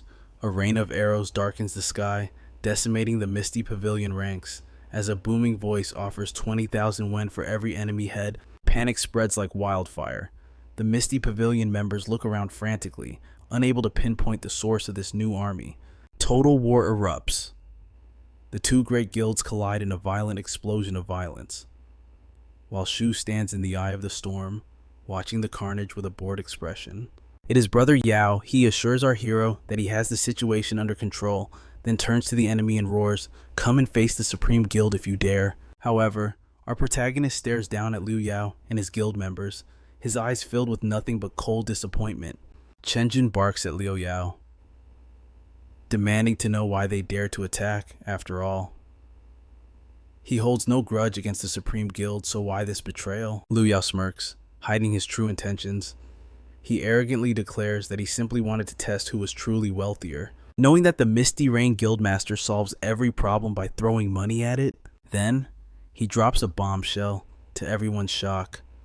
Liu Yao offers Chenjun's own subordinates a bounty of $1 million just to take their leader's head. Blinded by the promise of such wealth, the members hesitate, their loyalty wavering. Terrified, Chenjun screams, threatening that if they dare betray him, the entire might of the Chen and Su families will hunt them down. But suddenly, the earth begins to quake violently beneath their feet. A gigantic shadow looms over them as a monstrous entity rises from the depths. Shuo instantly analyzes the threat. He realizes this is a berserk demon. It seems that when a boss-level monster suffers a continuous drop in levels, it enters a frenzied state, and the culprit is the Supreme Guild's earlier arrow barrage. Their attacks force the injured undead creature into a critical state, triggering this terrifying transformation. A system notification flashes before their eyes. The beast has evolved into a level 17, 3-star boss, the dark undead tyrant. Faced with this berserk nightmare, the arrogance vanishes from Liu Yao's face, replaced by trembling fear. As the tyrant unleashes its first devastating strike, another alert pops up. The sudden shift in the dungeon's energy has forced the secret realm's exit to open, offering a chance to escape. Chenjun sees his opening, and excitement flickers in his eyes. With a twisted grin, he launches an attack not to kill the beast, but to lure it toward Liu Yao, intent on teaching his rival a fatal lesson. The plan works perfectly. The monster's aggro shifts, locking onto Liu Yao. As the guild leader screams for his life, our hero sighs and commands his pet scorpion to intervene. However, given the monster's frenzied power, Shuo knows his loyal scorpion is about to take massive damage. Meanwhile, Chenjun sprints toward the exit, taunting them over his shoulder that they would need 10,000 years before they could ever hope to kill him. Shuo burns with a desire to chase him down, but he knows that if he leaves now, Liu Yao will be slaughtered by the beast in seconds. Making a split-second decision, Shuo dashes in front of Liu Yao. He casts his Ice Cone skill, encasing the Demon Lord's legs in a prison of glacial frost. He grabs Liu Yao and hauls him to safety, just as the monster shatters the ice with a roar. They barely manage to dodge the follow-up strike, escaping death by a hair's breadth. Against the level 17 boss, standard attacks are useless. It is nearly impossible for our protagonist to pierce its defenses. Shuo realizes he has to do this himself. He switches tactics, launching a blazing fire missile directly at the enemy. Liu Yao frantically barks orders at his subordinates to assist, but they are paralyzed by terror, too scared to even lift their weapons against such a monster. The demon is fast. In a blur of motion, it tears into our hero's shoulder. Shuo grits his teeth, realizing this opponent's power is far greater than he anticipated. Just as the beast prepares to deliver the killing blow to our fallen hero, Sujin bursts onto the scene. She casts a high-level confining spell, shouting that she will support him while he deals the damage. Their teamwork is flawless, with Sujin controlling the battlefield and Shuo dealing heavy hits. Visible wounds finally begin to appear on the tyrant's hide. The onlookers watch in stunned silence, unable to believe that two people are going toe-to-toe with a 3-star boss monster. Liu Yao's eyes widen as he recognizes her technique. That is the confining mage class. She is the heir of the powerful Su family. Still, Liu Yao knows that only Shuo has the raw power to slay this demon. He fantasizes that if he had such a teammate, his guild would have cleared this boss 1,000,000 times over by now. Greed fills his eyes. He becomes desperate, plotting to recruit not just Shuo, but the talented Sujin into his supreme guild at any cost. His guild members, however, whisper for him to give up on that dream. These two warriors are in a league of their own, far beyond the reach of their guild. Back in the fight, Shuo and Sujin unleash a relentless barrage of attacks, pushing their limits to bring the beast down. Finally, the boss's health bar drops into the critical zone. Seeing their chance, Shuo shouts out a shocking revelation. He is the legendary anonymous player. Sujin pauses, surprised, but she doesn't hesitate. She channels all her mana into a blinding, flaming light strike, obliterating the demon in an instant. As the beast falls, golden light bathes the room, everyone levels up. The system congratulates Sujin on clearing the secret realm. She is even awarded a precious level 15 realm scroll. The Supreme Guild cheers in relief, and Liu Yao rushes forward, trying to hug Shuo in a display of gratitude. But Shuo coldly shoves him aside. He glares at the guild leader, blaming his incompetence for allowing Chen Jun to escape with his life. Our hero knows one thing for certain: letting that snake Chen Jun escape will only bring catastrophic trouble in the future. Oblivious to the danger, Liu Yao tries to smooth things over by offering $1,000,000 as compensation. But this cheap attempt to buy forgiveness only makes Shuo's rage burn even hotter. Thus, he stares him down, coldly asking if the man has anything of value to offer other than mere currency. With pride blazing in his eyes, Liu Yao declares his ultimate ambition to forge the strongest guild in existence, a sanctuary for only the most elite users. This burning obsession is the sole reason he relentlessly begs our hero to join his ranks, time and time again. He even sweetens the pot, promising a lifetime supply of high-grade medicine from his father's pharmaceutical empire. But Shuo is unimpressed and simply orders him to leave. As our boy turns his back to walk away, Liu Yao plays his trump card, shouting that he has deep connections with the Dragon Kingdom's legendary blacksmiths, the Su family, and the Mage clan. The moment the name Su is mentioned, our protagonist freezes and interrupts him, demanding every scrap of information regarding this prestigious family. Liu Yao quickly explains that his father and the head of the Su family are old friends, granting them access to custom-forged equipment of the highest tier. Shuo's mind races, analyzing the strategic value. He knows that handcrafted gear from a master blacksmith far outclasses anything from the system store. Acting like a loyal subordinate, Liu Yao adds that even if Shuo refuses the guild invitation, he will still use his connections to procure equipment for him whenever asked. With the deal sealed and a new alliance formed, our hero and Sijin Yan walk toward the exit, leaving a waving Liu Yao and his subordinates behind in awe. Meanwhile, back in the safe zone, whispers spread like wildfire about Sujin Yan's terrifying strength as an epic class user. Chen Jun, lurking in the background, arrogantly brags to everyone that this powerhouse is a member of his guild. However, a scout rushes in with shocking news. Sujin Yan killed the boss demon, and Shuo survived the encounter. Hearing this, Chen Jun's jealousy boils into a murderous rage. His subordinate trembles, warning that assassinating Shuo is nearly impossible now that his strength has skyrocketed.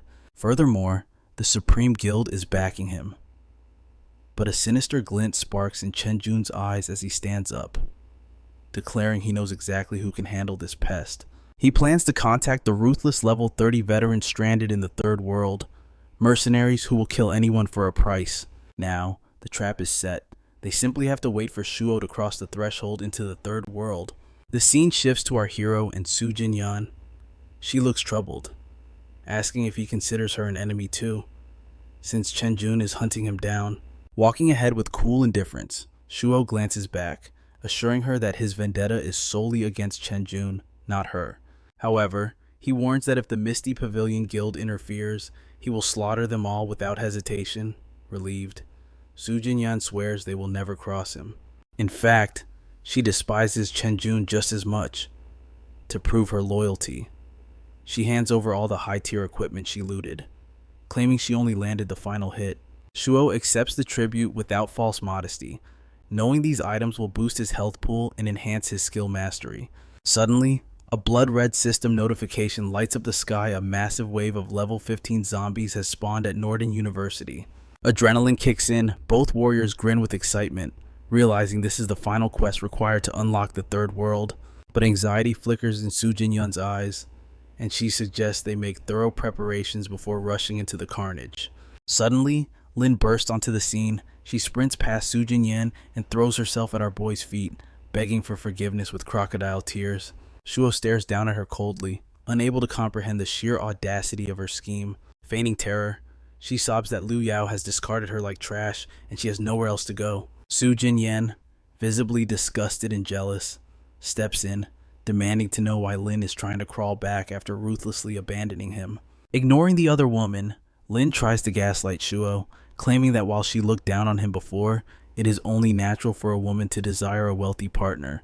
She points out that now that Shuo has risen to power and status, they are finally equals and should restart their romance. A chilling, unreadable smile curves our protagonist's lips, sending a shiver down Su Jinyan's spine.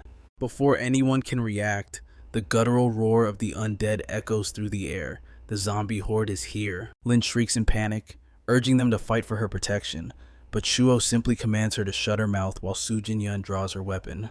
Glancing at his ex-girlfriend with eyes devoid of emotion, our boy coldly tells her to get lost, as she has no place in his future. She stares at him in disbelief, unable to process his rejection because she's certain that the old Zhang Yue, the man who loved her, would never speak to her with such ice in his voice. The battle erupts. Su Jinyan engages the horde, but the sheer density of the monsters threatens to overwhelm her defenses. She calls out for backup, and Shuo instantly responds, deploying his battle scorpion to act as her vanguard. As Shuo slaughters his own targets, Lin's screams pierce the chaos as the zombies corner her. Su Jinyan instinctively moves to save her, but our hero blocks her path. He declares that this is the fate Lin chose, and they will not intervene to save a traitor. Slowly, gruesomely, the zombies begin to tear into her flesh. It becomes clear she has no revival scrolls to cheat death. Within seconds, Lin is completely devoured by the horde. With cold pragmatism, our boy turns to his ally and signals that it is time to finish the mission. Deep within his soul, the memories of Zhang Yue stirred, echoing with a nostalgia for her that wasn't entirely his own. But reality crashed back in. The undead scourge had breached Northern City. Now, he and Su Jin had no choice but to lay low and weather the storm in the shadows. Shulo's mind raced toward his final objective, the hidden passage. He urged Su Jin to recover her stamina, but anxiety for his safety clouded her eyes. Stepping toward the swirling gateway, our protagonist declared he had unfinished business to settle alone. Though she begged to fight by his side, he turned a deaf ear to her pleas and pushed forward. Moments later, he stood before the gates of a new nightmare, the undead hospital. Without hesitation, he called forth his armored scorpion to join the fray. Man and beast fought as one, tearing through the dungeon until the mission was complete. A golden light enveloped him. Level 19 reached. Now, only one obstacle remained between him and absolute victory, the demon boss of the second world. Pouring massive amounts of energy into his loyal companion, he watched as the scorpion evolved, ascending to the legendary grade. With his inventory bursting with rare equipment, Shulo prepared to exit the realm and face the final apocalyptic horde awaiting him outside. Just then, his system pinged. Su Jinyan was ready to raid the boss now that the wave had passed. While Brother Yao chimed in with grim intel, the target was a level 20, 3-star calamitous entity. Shulo weighed the odds in an instant. Sujin's power was essential, but he also couldn't abandon Liu Yao, not after the man had proven his loyalty before. He sent the command / rendezvous at the undead emperor's lair in 15 minutes, and the alliance was set. Outside the city ruins, the team assembled, but seeing Liu Yao arrive with his entire guild, Sujin couldn't hide her skepticism about the mob. Brother Yao laughed it off, declaring, "Our boss, Shulo, could slaughter this demon alone. We are merely here as insurance." With the pieces in place, our hero gave the nod to the operation. Suddenly, a system window flashed before them. Are you prepared to challenge the final boss? He smashed the agree button, and the dimensional rift tore open.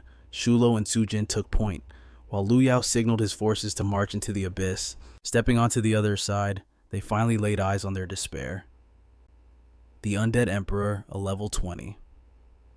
3-star catastrophe. It was a titan compared to the boar from the first world. Terror gripped the hearts of the guild members instantly. Against such overwhelming pressure, the hope of survival flickered and died in their eyes. Only Shuo stood firm at the vanguard. Maintain distance, he commanded, his voice cutting through the fear. Space warped as he summoned his legendary scorpion. It was time to hunt. Thanks to the massive haul of experience and pet eggs from the hidden realm, his scorpion's power now rivaled the boss itself. Suddenly, the rotting giant spoke. Its voice was a grave rattle, promising them all a taste of eternal death. The battle erupted. As the armored titan clashed with the Emperor, our boy unleashed a hellish super fireball. With his god-tier equipment and recent upgrades, slaying this nightmare was no longer a fantasy, it was a certainty. Roaring in fury, the demon struck the earth, the ground shattered, and grotesque tentacles erupted from the abyss. Panic ensued as the guild scattered. Only the scorpion held the line, locking horns with the monstrosity.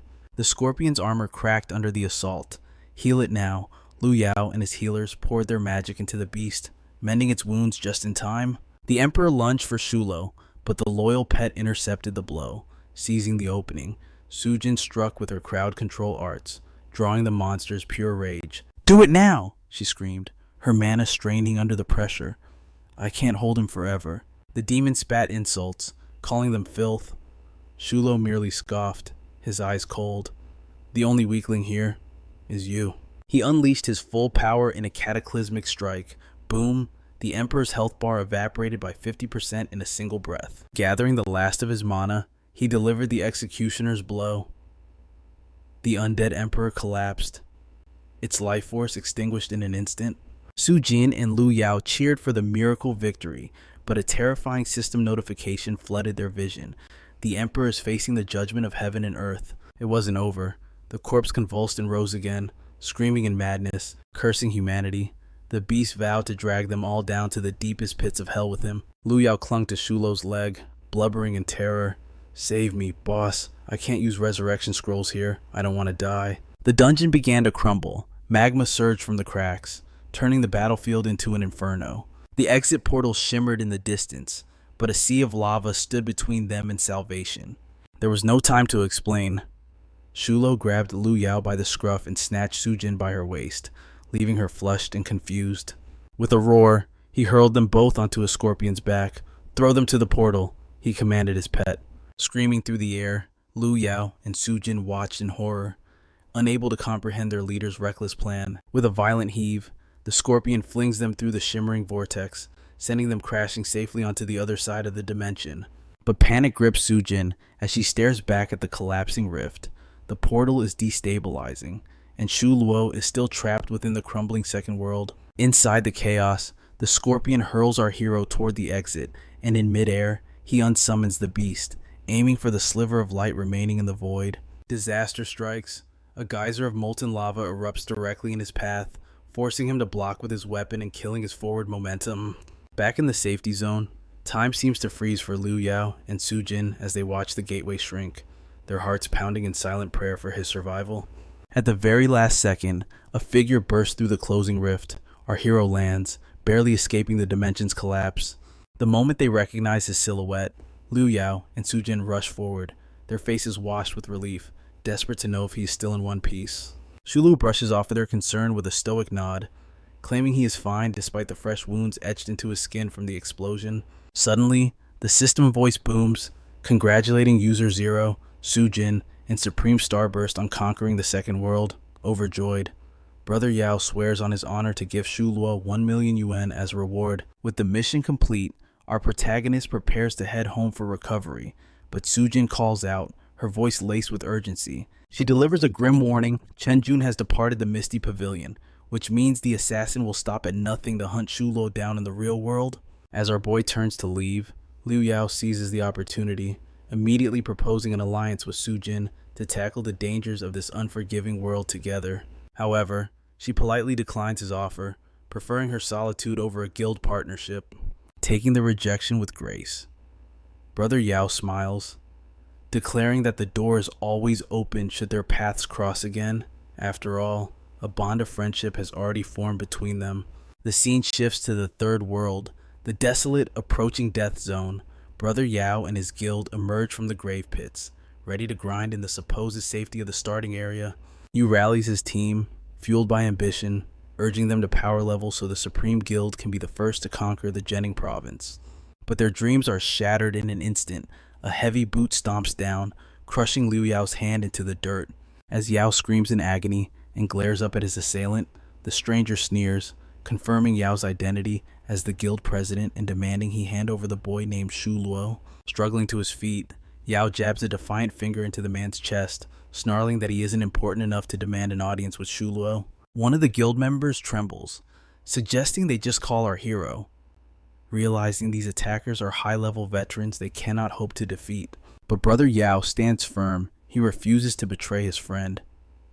In response, the thug draws a cold blade, threatening to slaughter Yao where he stands. The blade thrusts forward, striking Brother Yao squarely in the chest, but to everyone's shock, the steel fails to pierce his skin, leaving him unharmed. The surrounding players gasp, unable to comprehend how a team that hasn't even reached level 20 survived a fatal blow from high-level aggressors. The truth is revealed. The system's newbie protection is active. Attacks from players with a level difference of 10 or more are completely nullified. One of Yao's subordinates whispers for them to flee, but the murderous intent surrounding them makes it clear escape is not an option. Since they cannot kill them, the mercenaries switch tactics. Being level 25 class shifters, they begin to brutally beat Yao's team with raw physical force, bypassing the lethal damage protection. The one-sided massacre drags on. Eventually, the violence slows, leaving Brother Yao battered and slumped on the cold ground. A guild member, spitting blood, realizes these aren't just random peekeers. They are a notorious mercenary group that hunts other players for bounties. Terrified for their lives, the thug grabs Yao by the collar, demanding he summon the protagonist immediately, or the beating will continue until he breaks. Meanwhile, in the real world, Shuo sits on his hospital bed, speaking with the medical staff over the phone. The nurse brings good news, confirming that a massive payment has been received for his brother's treatment, ensuring he will get the best care possible. A rare look of softness crosses Shulo's face as he thanks them, ending the call with a heavy burden lifted from his shoulders. He checks his messages and sees a transfer from Liu Yao, a staggering sum of money. With the hospital bills covered, Shulo's last earthly worry has vanished, but his peace is short-lived. His phone rings again, piercing the silence. It is a member of the Supreme Guild, screaming in pure desperation, begging our hero to save their president, Liu Yao, from certain death. Back in the alternate dimension, Yao and his men kneel in defeat, surrounded by Chen Jun's hired killers who wait like vultures for their true target.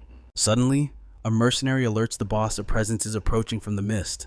It is Shuo. He walks calmly into the lion's den, his voice cold as ice as he orders them to release Liu Yao and his people immediately. The mercenary boss sizes him up and laughs, revealing he was paid a fortune to take Shuo's head, and he intends to collect that bounty today. Desperate to stop the violence, Brother Yao shouts out, offering to pay each mercenary 100 million individually if they just walk away. Greed flickers in the eyes of a henchman, but the boss roars at him to choose wisely, betraying their client. Mr. Gu would mean a fate far worse than death. The mercenaries sneer at our boy, dismissing him as nothing more than a weak beast tamir who relies on pets to fight. One of the thugs lunges forward with blinding speed, but before he can land a hit, Shuo activates his skill, instantly encasing the attacker in a tomb of solid ice. Shocked, but undeterred, another assassin charges, only for our protagonist to unleash a torrent of flames, incinerating him instantly. The boss stares in horror. A low-level player is slaughtering level 25 warriors like insects. Realizing the threat, the boss abandons honor and launches a sneak attack from the shadows, managing to land a blow on Shuo. Seeing an opening, the assassin's bloodlust spikes, and he launches himself at our boy, preparing a strike meant to kill. Shulu instantly recognizes the deadly gap in their stats, Against a level 30 assassin, speed is the enemy, so he immediately summons his armored scorpion to tank the hit. But the assassin is a blur of motion. His agility is so overwhelming that the scorpion cannot even intercept before the blade closes in on Shulu. There is nowhere to run. Realizing evasion is impossible, our protagonist steels himself for the inevitable impact. Suddenly, a burst of radiant energy explodes. Sujin intervenes with her binding light, locking the enemy in place, while Shulu seizes the split-second chance to unleash his fireball skill. The assassin reels back in disbelief. How could a mere level 20 beast tamer inflict this kind of damage? It defies all logic, especially since he is not only a level 30 expert, but is also clad in impenetrable gold-tier armor. With the enemy turned to ash, our hero turns to Sujin, offering his deepest gratitude for being his guardian angel once again. Sujin plays it cool, claiming their paths crossed by sheer destiny, though in truth, she has been obsessively tracking Shulu's online coordinates the entire time. Brother Yao and his guildmates bow their heads in shame, apologizing profusely for dragging Shulu into their mess. But our protagonist shakes his head, offering them a grim smile as he reveals the chilling truth: the assassins were never after the guild. Their target was him all along. Sujin's eyes narrow dangerously as she voices her suspicion that the puppet master pulling the strings is none other than Chen Jun, given his recent treacherous behavior. The pieces of the puzzle are coming together, so our boy shifts the focus, demanding to know the true identity of these relentless hunters.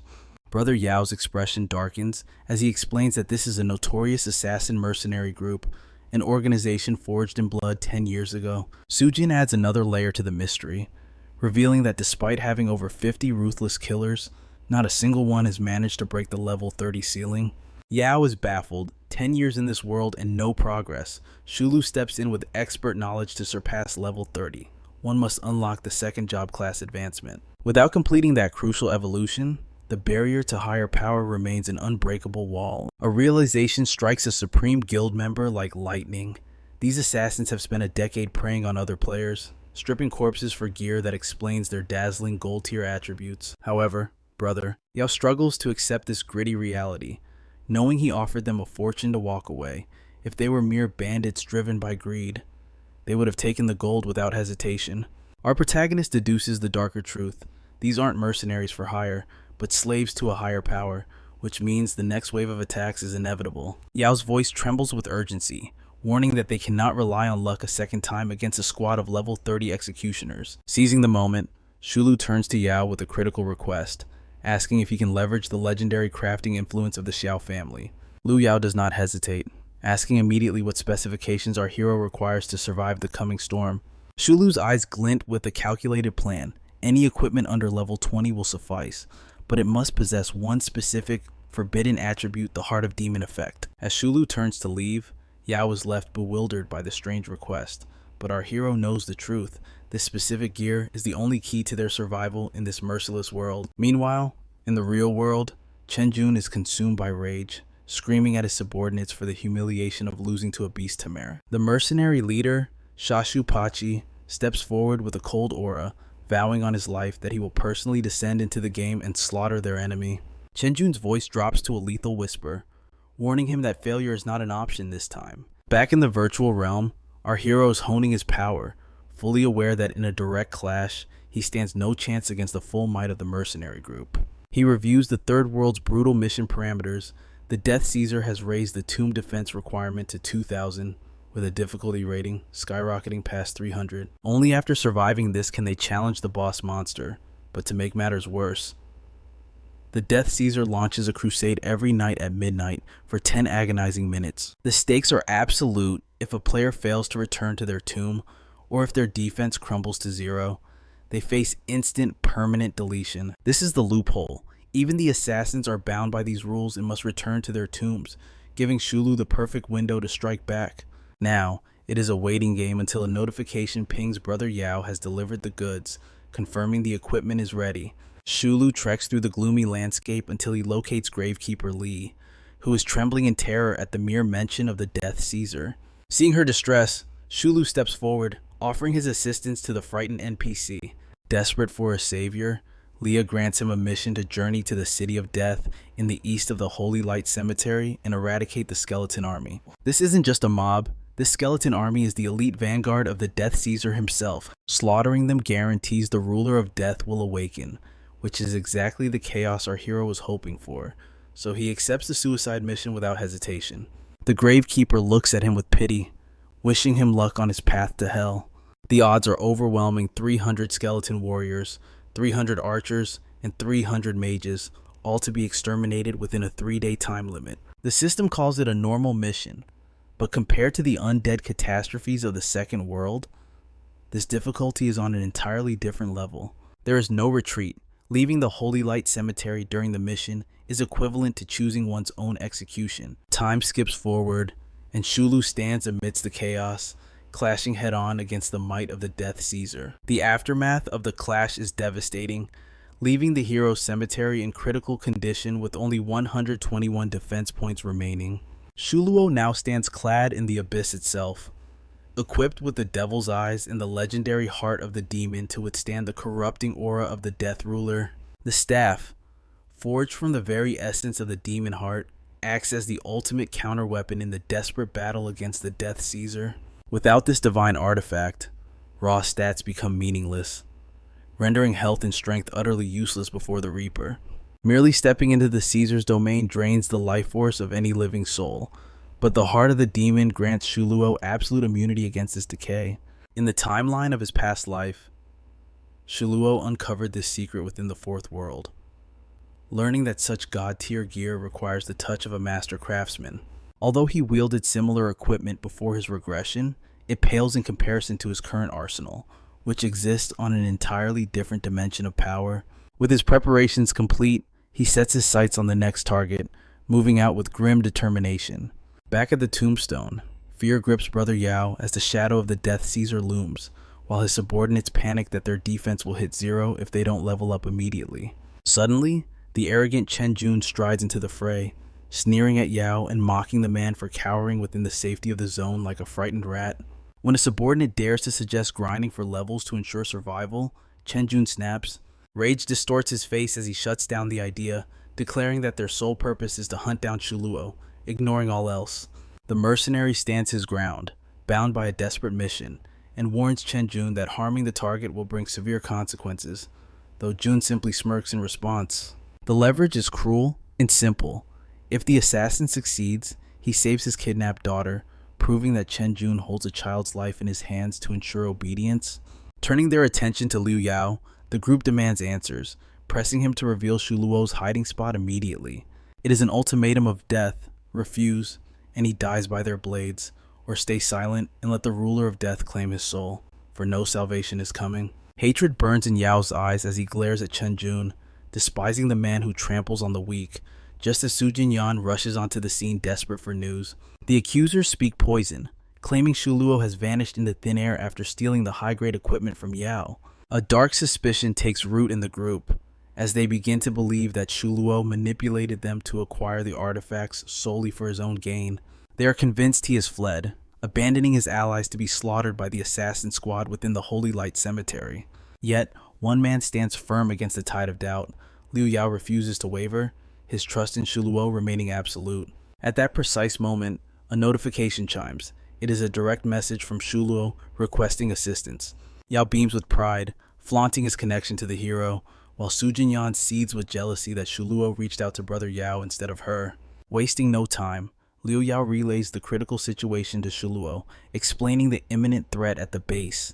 He warns that Chen Jun has breached the Third World with a kill squad of 10 elite assassins and is coercing a top-ranked player by holding his daughter hostage. With the report delivered, Yao asks the burning question, where is Shuluo hiding? Shuluo answers calmly, his voice steady as he reveals he has entered the forbidden zone known as the City of Death. Deep within the City of Death, the atmosphere is suffocating as Su Jinyan navigates the shadows, noting the lethal difficulty as monsters here range between level 25 and 28. Suddenly, the earth cracks and a rotting hand bursts from the soil, causing Sujin to shriek in terror as the undead ambush begins. Just as the beast lunges for the kill, an ice cone spell shatters its momentum, freezing it solid as a strong arm pulls her to safety. It is Shuluo, holding Su Jinyan close by the waist as he dispatches the threat, leaving her blushing furiously from being saved by him once again. Meanwhile, Back in the safety of the neutral zone, whispers circulate among the players. They gossip about Chen Jun and the mysterious motives of the leader who assisted him in clearing the Second World. While one player is baffled by the alliance, another scoffs, stating the harsh truth that for the right price, that man would sell his soul to the devil. The coerced assassin, driven by the need to save his captured daughter, hardens his resolve to deliver a brutal end to Shuo. He spots a cloaked figure darting through the shadows and attempts to pursue, but ultimately lets the target slip away, convinced that death is inevitable in this cursed place regardless. Later, a player approaches Liu Yao covertly to deliver critical intelligence regarding the assassins. He reveals that the hit squad is combing the area, their bloodlust directed at a specific mark named Jiang Yua within the graveyard boundaries. Liu Yao shakes the informant's hand, a silent transaction complete, assuring him the payment is secured, but demanding absolute silence regarding their deal. With a nod of gratitude, the informant vanishes into the crowd. Dissatisfaction brews within the Supreme Guild as a member speaks up, convinced that Shuo is merely using them as pawns and suggesting they call in the mercenaries. Brother Yao vehemently denies the accusation, insisting Shuo has a plan, even as the doubting member argues that fighting high-level mercenaries alone is suicide. Yao snaps, his patience exhausted, and with a roar of authority, he orders the man to silence his doubts. His faith in Shuo is ironclad, unlike the wavering hearts of the others. As the narrative shifts back to the perilous gloom of the City of Death, standing side by side, Sujin expresses her gratitude and asks about his progress, but Shuo admits he has only gained a single level, a pace far too slow for the battles ahead. Sujin is stunned into silence. She has only been away for a few days, yet his power has skyrocketed beyond comprehension. How can he call this slow? She wonders. His growth speed is absolute monstery, but Shuo has no time to celebrate. His mind is a battlefield, calculating every move needed to survive the coming calamity, the ruler of death itself. The situation is critical because the graveyard's protective barrier is fragile. It will shatter after enduring merely 3 attacks from such an entity. It is a countdown to extinction. If the merciless mercenary guilds don't slaughter them first, the god of death will claim their souls within 2 days. Desperate times call for desperate measures. He turns to Sujin, requesting high-grade potions. I need everything you have, he vows, and I will compensate you with 120% of the market price. Without hesitation, Sujin opens her inventory. She hands over 6 distinct vials, precious elixirs brewed by her own sister's hand. As the glass touches his palm, she realizes his intent. He isn't just healing, he is preparing to wage war against the assassins hunting him. But Shulo's ambition goes deeper. He explains that he needs to surpass the mercenaries entirely, maintaining a state of power overload for at least 3 grueling days. Your body can't handle that, Sujin protests, fearing the limits of human endurance in this alternate world. Yet, Shulo's eyes burn with resolve. I have no choice, he declares. Moved by his unwavering will, she volunteers to fight by his side. However, the protagonist refuses. The monsters ahead are nightmares made flesh. He cannot risk her safety. Sujin is not so easily dismissed. She reveals a set of high-tier equipment, her gaze sharp. With these, she insists, I will not be a burden. A wry smile touches his lips. Defeated by her persistence and courage, he finally nods. Fine, you are coming with me. His mind immediately shifts to tactical formation. Protecting her is now his priority. Meanwhile, Sujin's heart races, thrilled to stand side by side on the battlefield with the man she admires. The clock is ticking on a 3-day deadline. They must grind relentlessly, leveling up and awakening the true potential of the gear from his past life memories. Suddenly, a memory surfaces. The level 25 Secret Realm Skeleton Island. This is the key. If they can conquer this realm and obtain the Secret Realm Scroll, the experience points will be enough to break through his current limits. Sujin grips her weapon tight, eager to prove herself and help him dominate the mission. They trigger the challenge, and the familiar hum of a dimension portal manifests. Stepping through the vortex, they arrive on the desolate skeleton island, greeted by the NPC mage, Lao Er. The mage looks down at them with ancient eyes. Do you seek to challenge the undead that plague this land? Upon Shulo's confirmation, Lao Er hands over a mystical token. May fate favor you, the mage intones, lest your bones join the others here. Ding! A system window flashes open, Completing the slaughter grants 10 refining chances, but the cost is steep, 20 alternate energy points per attempt, with a slim chance to trigger a legendary gold mission. Shulo's face darkens as he reads the conditions.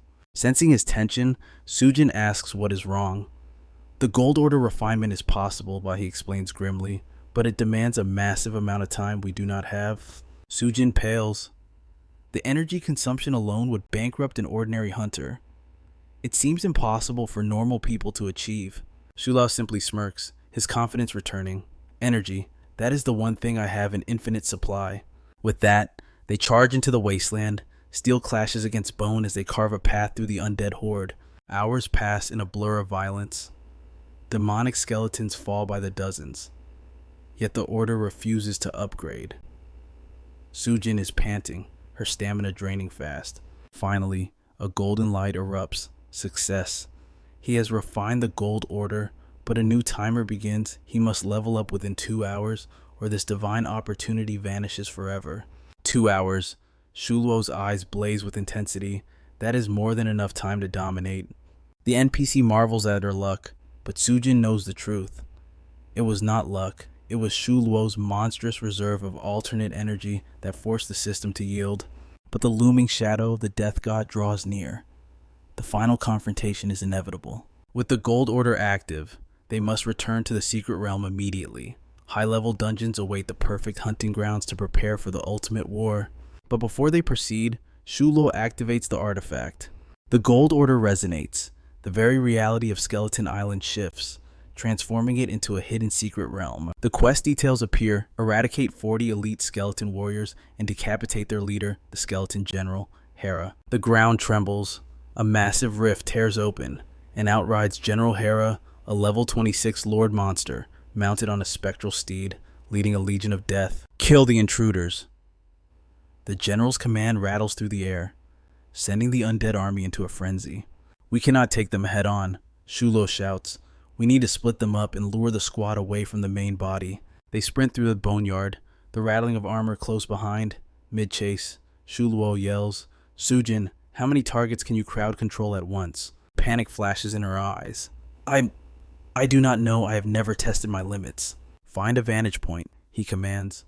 Lock down as many as you can. I will handle the slaughter. Shulo stops and turns to face the horde alone. As the wave of bones crashes toward him, he roars, Now, Sujin!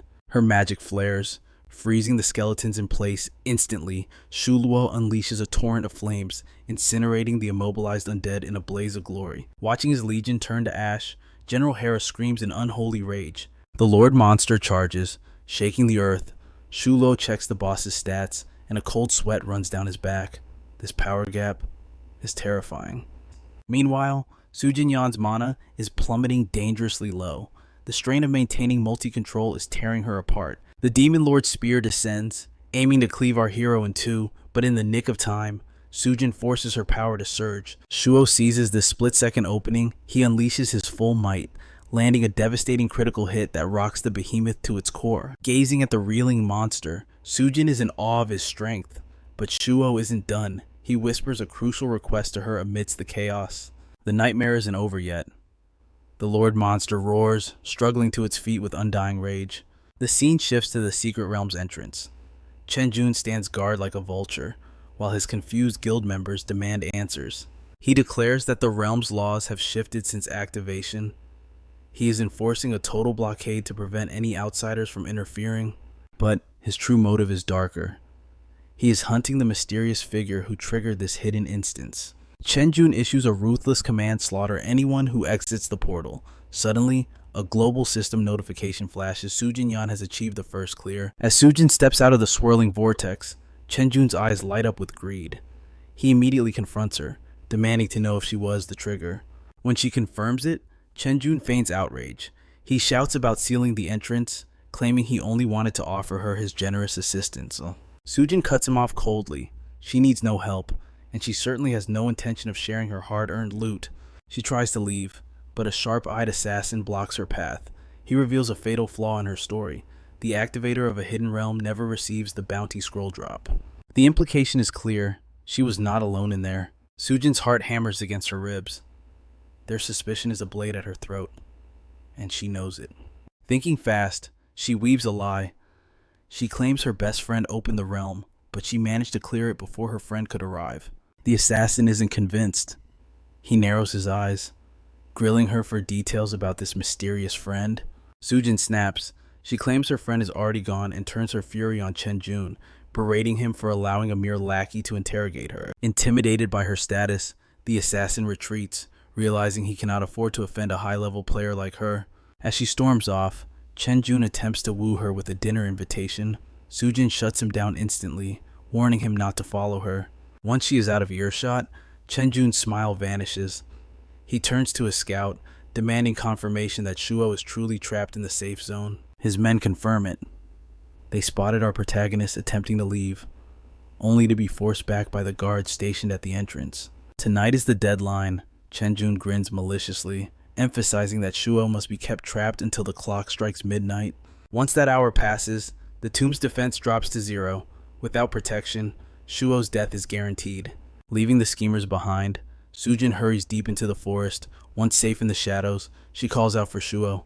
Like a ghost, our protagonist emerges from the darkness behind a massive boulder. Sujin lets out a breath she didn't know she was holding. She confesses her terror that Chenjun might have discovered his presence. She looks at him with wide eyes, asking if he predicted that Chenjun and his death squad would be camping the exit. Shuo smirks. He knew that by hiring top-tier assassins, he would lure Chenjun out. The guild leader's greed for rewards made his presence inevitable. The pieces finally click into place for Sujin. She realizes the true purpose behind his request inside the realm. He let her take the last hit on the boss intentionally.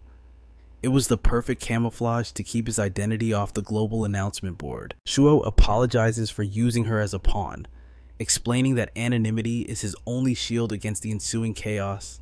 Sujin shakes her head, a smile gracing her lips. She was glad to be a shield. With the danger past, they take a brief moment to catch their breath. It is time to reap the spoils of war. Shuo unveils the first reward, a magnificent magic shield glowing with arcane energy. But one obstacle remains: infiltrating the holy cemetery under Chenjun's nose. Once they succeed, the milestone of level 25 awaits them. Sujin bites her lip. The enemy's level 30, a gap too wide to bridge alone. She suggests calling upon her sister's powerful connections. Shuo interrupts her spiraling thoughts. He gently places a hand on her head, his calm demeanor silencing her fears. A crimson blush spreads across Sujin's face. Flustered, she quickly pulls out the bounty scroll, asking if they should unveil its secrets. In this world, quests are the law. They are ranked into 3 tiers: regular, hidden, and the elusive bounty quests. Hidden quests are rare treasures, but bounty quests are a gamble. They carry the highest uncertainty, often with rewards that fail to match the risk.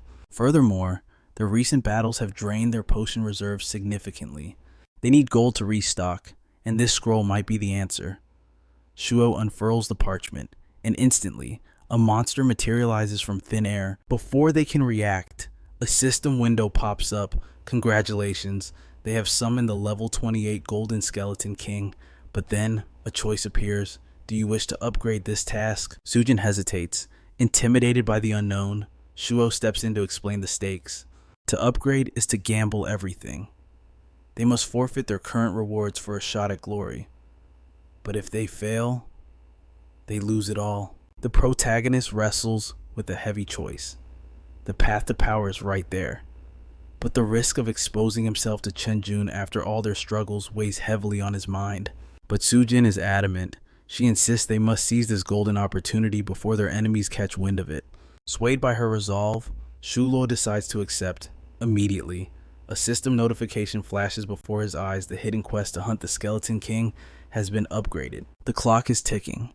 They have exactly 1 hour to complete this impossible mission. Sujin's eyes sparkle at the legendary reward category, but our hero remains grim.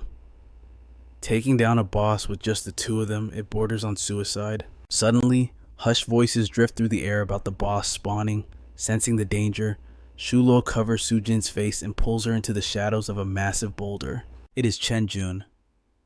The arrogant noble approaches the spawning grounds, blinded by his greed for the loot. But when the level 28 Demon King manifests, terror grips Chenjun's heart, cowardly as ever. He orders the mercenaries to whittle it down, planning to steal the final kill for himself. The mercenary captain studies the beast, his eyes cold and calculating. He barks orders to his squad, then leads the charge. Following a precise formation, they unleash a relentless wave of attacks against the demon one by one. From the safety of the rock, Shuo and Sujin watch the chaotic battle unfold in silence. Sujin whispers, realizing our hero's plan. Is he waiting for the mercenaries to exhaust the monster's stamina? A sly grin spreads across Shulo's face as he quotes the ancient proverb, "The mantis stalks the cicada," unaware of the oriole lurking behind. Sujin admits the mercenaries are formidable, but Shuo is focused on their tactics. Their coordination is flawless, making them a deadly force to be reckoned with. However, the veteran mercenary leader senses a disturbance in the air. His instincts scream that something is wrong, and he whispers his suspicions to a subordinate. Meanwhile, Chenjun screams insults at the assassins, demanding faster results. Fed up with the abuse, one of the assassins whispers poison into his leader's ear, turning the tide against their employer.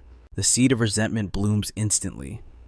The leader's eyes burn with fury toward the arrogant Chenjun. The tension spikes as the mercenaries drift closer to the very rock concealing Shuo and Sujin. In a blind rage, the leader smashes his weapon against the boulder. The stone shatters explosively, revealing our duo to the entire battlefield. Shuo steps from the dust with terrifying calm, though he had not planned for this. The assassin leader sneers, raising his weapon, convinced this mere player is underestimating him. Chenjun's jaw drops. He screeches in disbelief, demanding to know what Shuo is doing here. In his mind, Shuo should be trapped safely back at the base, not standing on the front lines. The sight of Sujin alongside him is the final straw, but she cuts him off coldly, warning Chenjun to worry about his own neck instead of hers. Humiliated and enraged, Chenjun loses his mind. He screams at the mercenaries to honor their contract and slaughter them both. The mercenary leader signals his squad to encircle the targets. Aura flares as Shuo and the assassin captain prepare for a death match. Without warning, the assassin vanishes, reappearing instantly in front of our protagonist with godlike speed. Shuo reacts on instinct. He shoves Sujin to safety and takes the brunt of the lethal strike, crashing hard onto the unforgiving ground. Looming over the fallen hero, the mercenary raises his blade, vowing to end Shuo's life with his own hands. But Sujin screams, launching a desperate attack to protect him while she distracts the enemy. Shuo instant casts 3 high-tier spells simultaneously, blasting the leader back with devastating force. Chaos erupts on the other side. The Demon King has gone berserk. The remaining assassins crumble under the beast's overwhelming power, screaming for reinforcements as their formation collapses. The leader glances at our hero, then decides the monster is the bigger threat. He rushes to engage the beast, giving Shuo a split second to formulate a plan. Shulo's eyes narrow. He realizes their only chance of survival is to eliminate the boss monster first. Back at the safe zone, the atmosphere is suffocating. Lu Yao and his team are desperate for a survival strategy. A cowardly member suggests they should have betrayed Shuo to the assassins. The rest sit in shameful silence, unable to meet Lu Yao's gaze. Only when they confirm the mercenaries have vacated the area do they finally dare to exhale. But Lu Yao is pacing nervously. He fears the assassins have already realized Shuo is missing from the camp. Someone shouts at him to forget about the hero. They need to hunt monsters now, or the system will wipe them all out. Yet, Lu Yao cannot abandon his conscience. He refuses to leave a comrade to die at the hands of cutthroats. His declaration strikes the group like thunder. They stare at him in total disbelief. Making his choice, Lu Yao commands the guild to march toward the city of death. He even stakes his own fortune, offering double pay to anyone who follows him into hell. He strides out of the safety zone alone to save our boy, driven by greed and shame. The others grumble but eventually fall in line behind their leader. The camera cuts back to the epicenter of the carnage between the monster and the assassins. With death on his heels, the leader sprints headlong toward the roaring behemoth. The mercenary leader roars with greed. He claims the final blow belongs to him alone. He unleashes a torrent of light magic, but the Golden Skeleton King is not so easily trifled with. The monster's massive hand swats Naiba into the dirt with devastating force. The battlefield falls silent. 3 factions, 1 deadly standoff. Fear paralyzes Chenjun as the beast prepares its next assault. The monster turns its killing intent toward them. Shuo and Su Jinyan move as one, but treachery strikes from the shadows. The leader rushes our hero, refusing to let a mere tamer steal his glory. A blade flashes in the dark. The leader's cowardly ambush is intercepted at the last second. Reinforcements have arrived. The Supreme Guild, led by Brother Yao, steps in to shield Shuo. Enraged by this interference, the assassin leader barks orders to his squad. Kill them all. Chaos erupts. Steel clashes against steel, yet amidst the mayhem, Shuo's eyes remain locked on the true threat, the boss monster. The mercenary captain watches in disbelief. How can a youth possess such terrifying might? Jealousy blinds him. He charges again, but Su Jinyan invokes her crowd control arts, binding him in place. He knows Chen Jun will destroy him if he fails. Desperation fuels his rage. He must break her hold. With a roar, he shatters the binding spell. His blade drives forward, piercing Su Jinyan straight through the heart. Shuo freezes. The realization hits him hard. The contract, and the partner he swore to protect. As she fades, Su Jinyan offers one final smile before the system force logs her out of the instance. A cold fury washes over our hero. The monster must fall. Now. No more holding back. He unleashes a trinity of high-tier spells. A bombardment of destruction rains down on the beast. The Skeleton King crumbles. The system notification chimes. Mission accomplished. The boss is slain. From afar, Brother Yao watches the dust settle. The silence speaks volumes. The boy has done the impossible. Rewards flood in. A legendary defensive skill from the Hidden Realm is now his. This power was the key to his survival, but the spoils of war are far from over. Level up, not yet. The system offers a rare choice. Absorb the Golden Skeleton King as a pet. Shuo grins. Accept. Elsewhere, the toxicity continues. Chen Jun tightens the leash, threatening the assassin's daughter once again. Bring me the loot, or your family pays the price. The mercenary snaps. He lunges at his employer to silence him, but Chen pushes too far. The assassin's patience shatters. He whirls around and plants a brutal kick into Chen Jun's chest. A blade at the throat. He warns the rich scum, mention my daughter again, and you die. Terrified, Chen Jun scrambles for a distraction. He points out the obvious danger. Shuo is growing stronger by the second. The assassin lowers his weapon. Arrogance returns. He claims he can crush our hero whenever he pleases. Brother Yao and the guild are stranded. Panic sets in. Their strongest fighter is gone. The wolves spot the sheep. The assassin prepares to slaughter the remaining Supreme Guild members. Wait, Chen Jun smirks. A hostage is better than a corpse. He knows Shuo's weakness is his loyalty. Level 25 reached, the Golden Skeleton. King now bows to its new master. His comms buzz. The Misty Pavilion general tries to gaslight him, blaming him for Su Jinyan's death. They claim the Supreme Guild is trapped because of his cowardice, a pathetic attempt at manipulation. Su Jinyan messages him privately. Wait for backup. We fight together. Shuo deletes the message. No, this debt of blood. He will collect it alone. Back at the trap, Brother Yao is beaten and broken. His guildmates can only watch in horror. His face is a ruin of bruises. He prays to the heavens for a miracle. And the miracle answers. Shuo emerges from the shadows. Chen Jun cackles like a maniac. The fool actually came back to die. Brother Yao cries out, "Run, you idiot. Don't throw your life away." But our hero walks steadily forward. He looks the villains in the eye. You want me? Here I am. Come and get it. The assassin grips his sword, wary, but Chen Jun is blinded by ego. Why wait? Kill him now. He is just a trash tier beast, tamer. He snaps his fingers, ordering the execution. They drag the battered Liu Yao forward to use as a human shield. Seeing Brother Yao battered and bruised, Shuo insists he retreat. The Necromancer can handle this alone, but Yao, face swollen from the beating, begs him to run. These mercenaries are in a league of their own. Yet, our protagonist stands his ground like a mountain, moved by his courage. Brother Yao swears an oath if he leaves now, he will return with an army. Turn. Facing the assassin leader and his horde, Shuo grins, a wicked smile that says, "Come and get it." Killing intent explodes. The mercenaries charge, but suddenly, the air turns cold. Shuo summons the Dark Skeleton King. The sheer pressure of the monster freezes everyone. Even Chen Jun and the leader tremble in fear. Our hero knew the truth. His old pet scorpion was weak. He needed true power. So he took a gamble. The golden skeleton devoured the scorpion, evolving into the legendary Dark Skeleton King, a massive skill upgrade. He didn't stop there. He refined the Necromancer suit and unlocked powerful Demon Slayer artifacts. With defense boosting boots and warrior attributes maxed out, his stats have reached a terrifying new level. The preparation is complete. The King of the Dead is ready for war.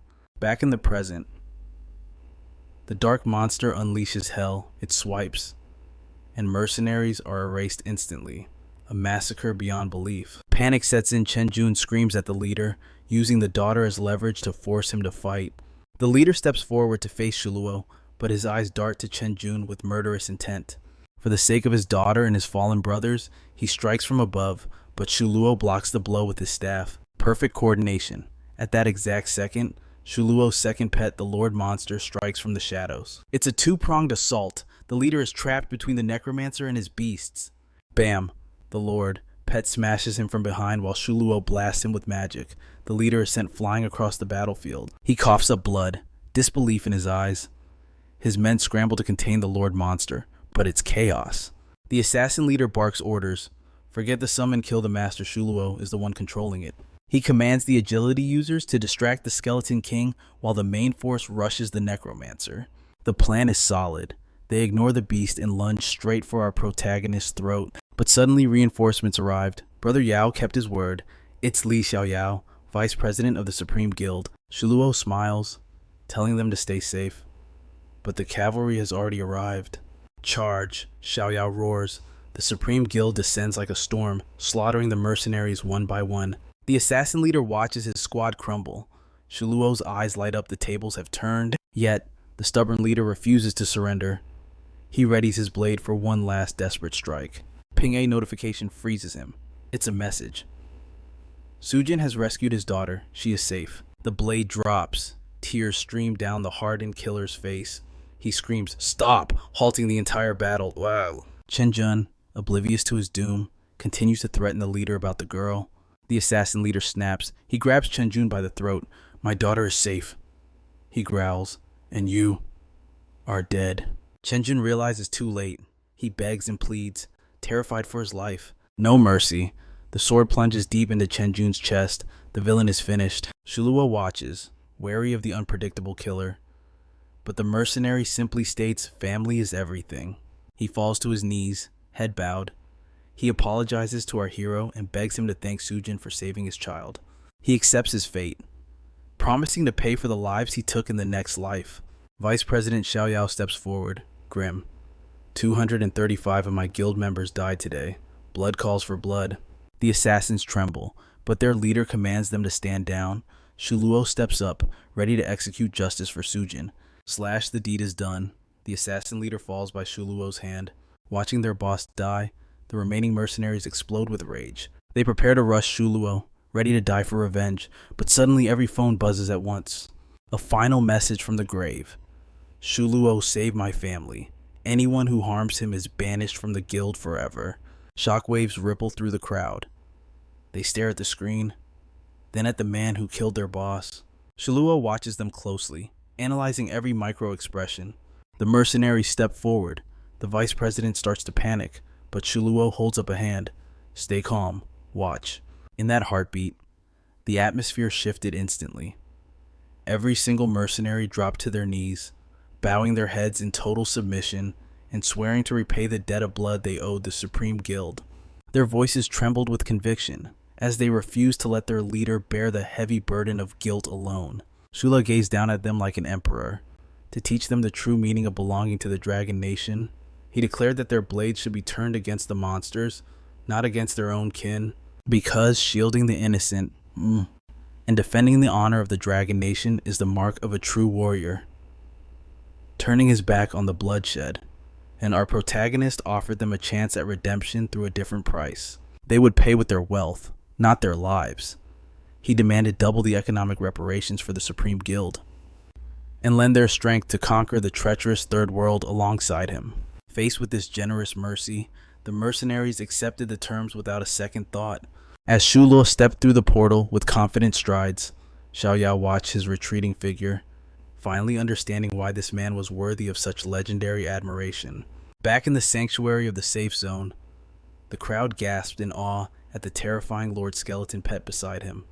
Unable to fathom that a mere player could command such an abyssal creature, our hero, however, remained cool and calculated. He inspected his new servant's status window. The attributes were god tier, but the skill list was pitifully empty. But fortune favors the prepared. He recalled the 2 rare skill books sitting in his inventory and decided it was time to unleash their potential. Before he could finish, Su Jinyan rushed toward him, her breath ragged. Panic filled her eyes as she asked the one question haunting her: did he kill Chen Jun? Our protagonist shook his head calmly. He explained that while his blade was ready, the killing blow had actually come from Pai, the assassin lord. The tension instantly drained from her body. Seeing her intense relief, Shuo couldn't help but ask what terrified her so much. Her voice dropped to a whisper.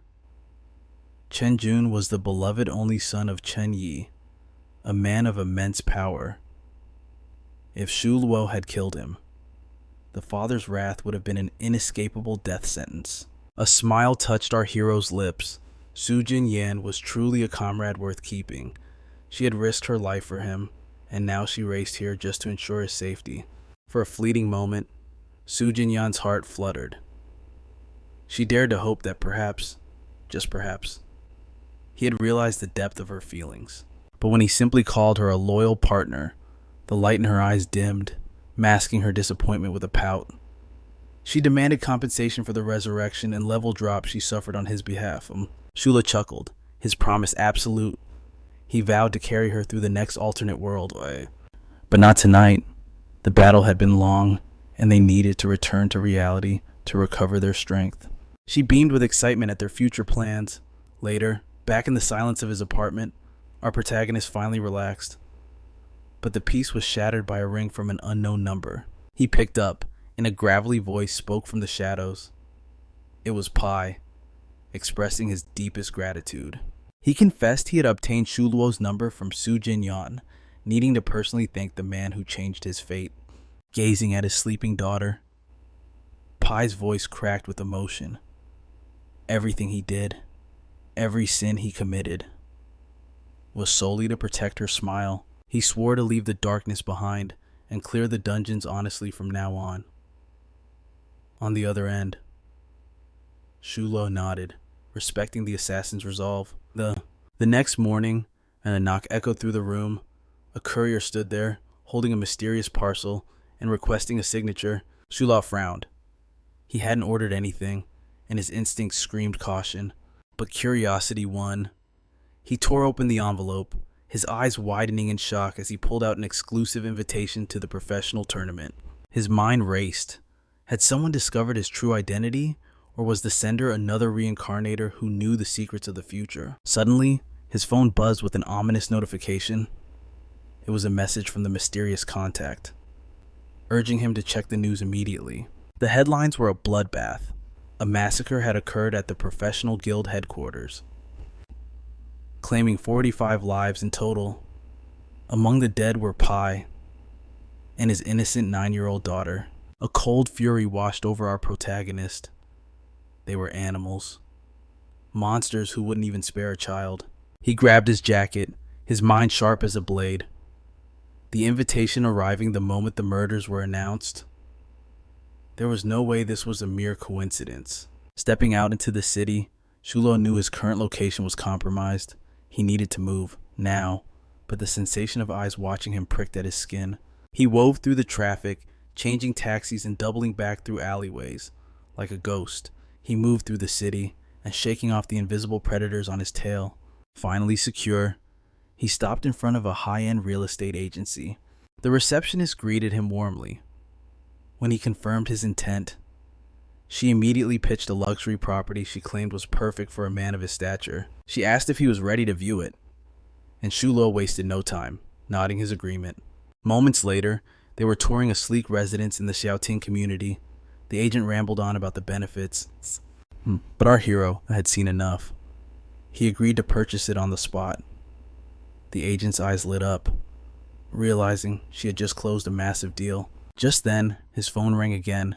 It was Su Jinyan, checking if their raid on the third world was still on schedule. She added that she had also secured a new safe house, and was transferring the funds to him immediately.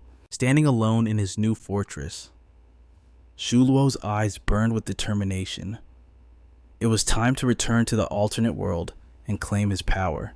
Moments later, the dust settles as they stand opposite one another within the sanctuary of the safe zone. Suddenly, unwanted guests crash the party.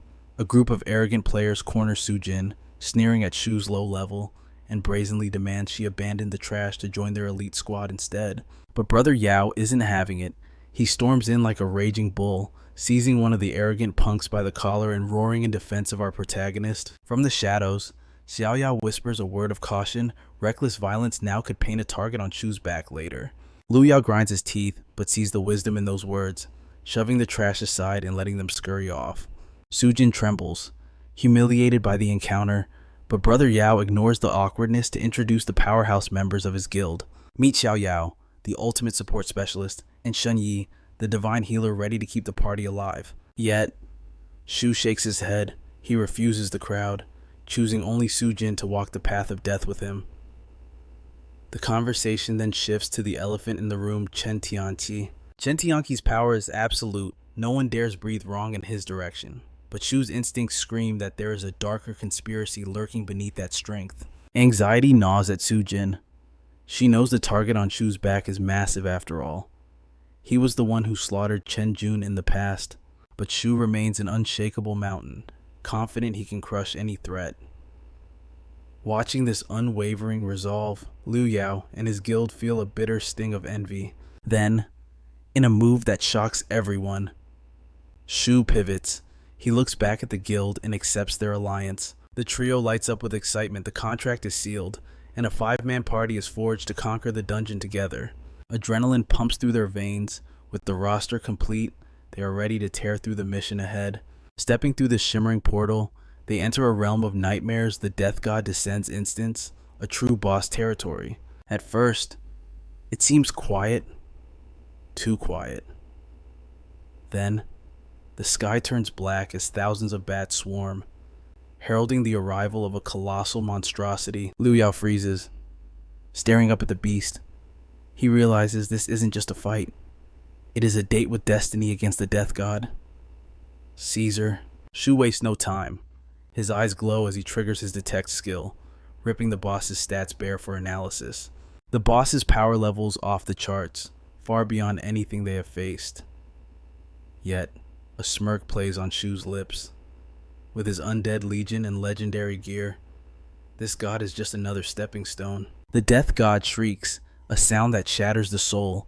In response, the earth cracks open, birthing a dark skeleton king and an army of bone warriors. It is time Shu calls forth his own shadows, commanding his pets to unleash hell upon the enemy horde. Boom! Shu fires a flaming missile, creating a devastating explosion that incinerates a massive wave of enemies in a single breath. Shen Yi's jaw drops. While the guild struggles to scratch a single skeleton, Shu is erasing entire squads with a wave of his hand. She finally sees the gap in their power. Shu takes command like a general. He will solo the boss. The rest of them, they are just on cleanup duty for the small fry. He shoots a sharp look at Liu Yao. Stay back. You have 0 revives left.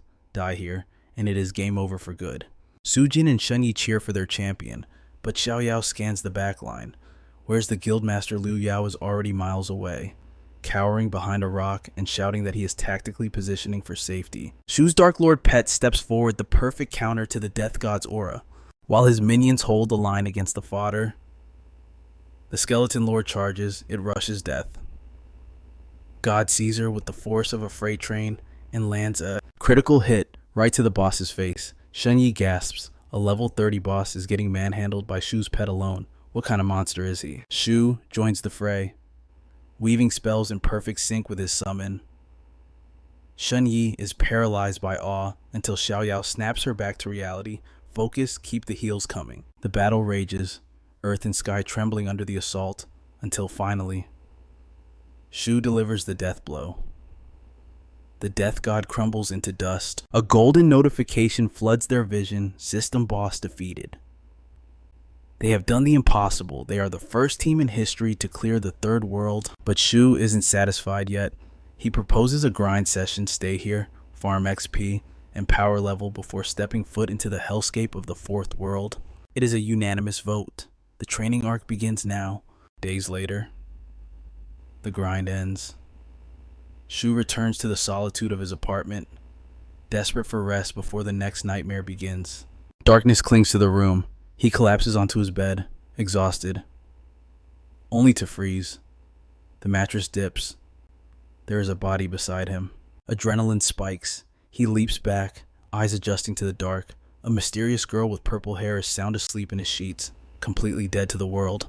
Furious, Shuo dials his realtor. Since when did single occupancy mean roommate included? The agent on the phone plays innocent, claiming she sent a notice. Lies. Shuo knows for a fact no such message ever arrived.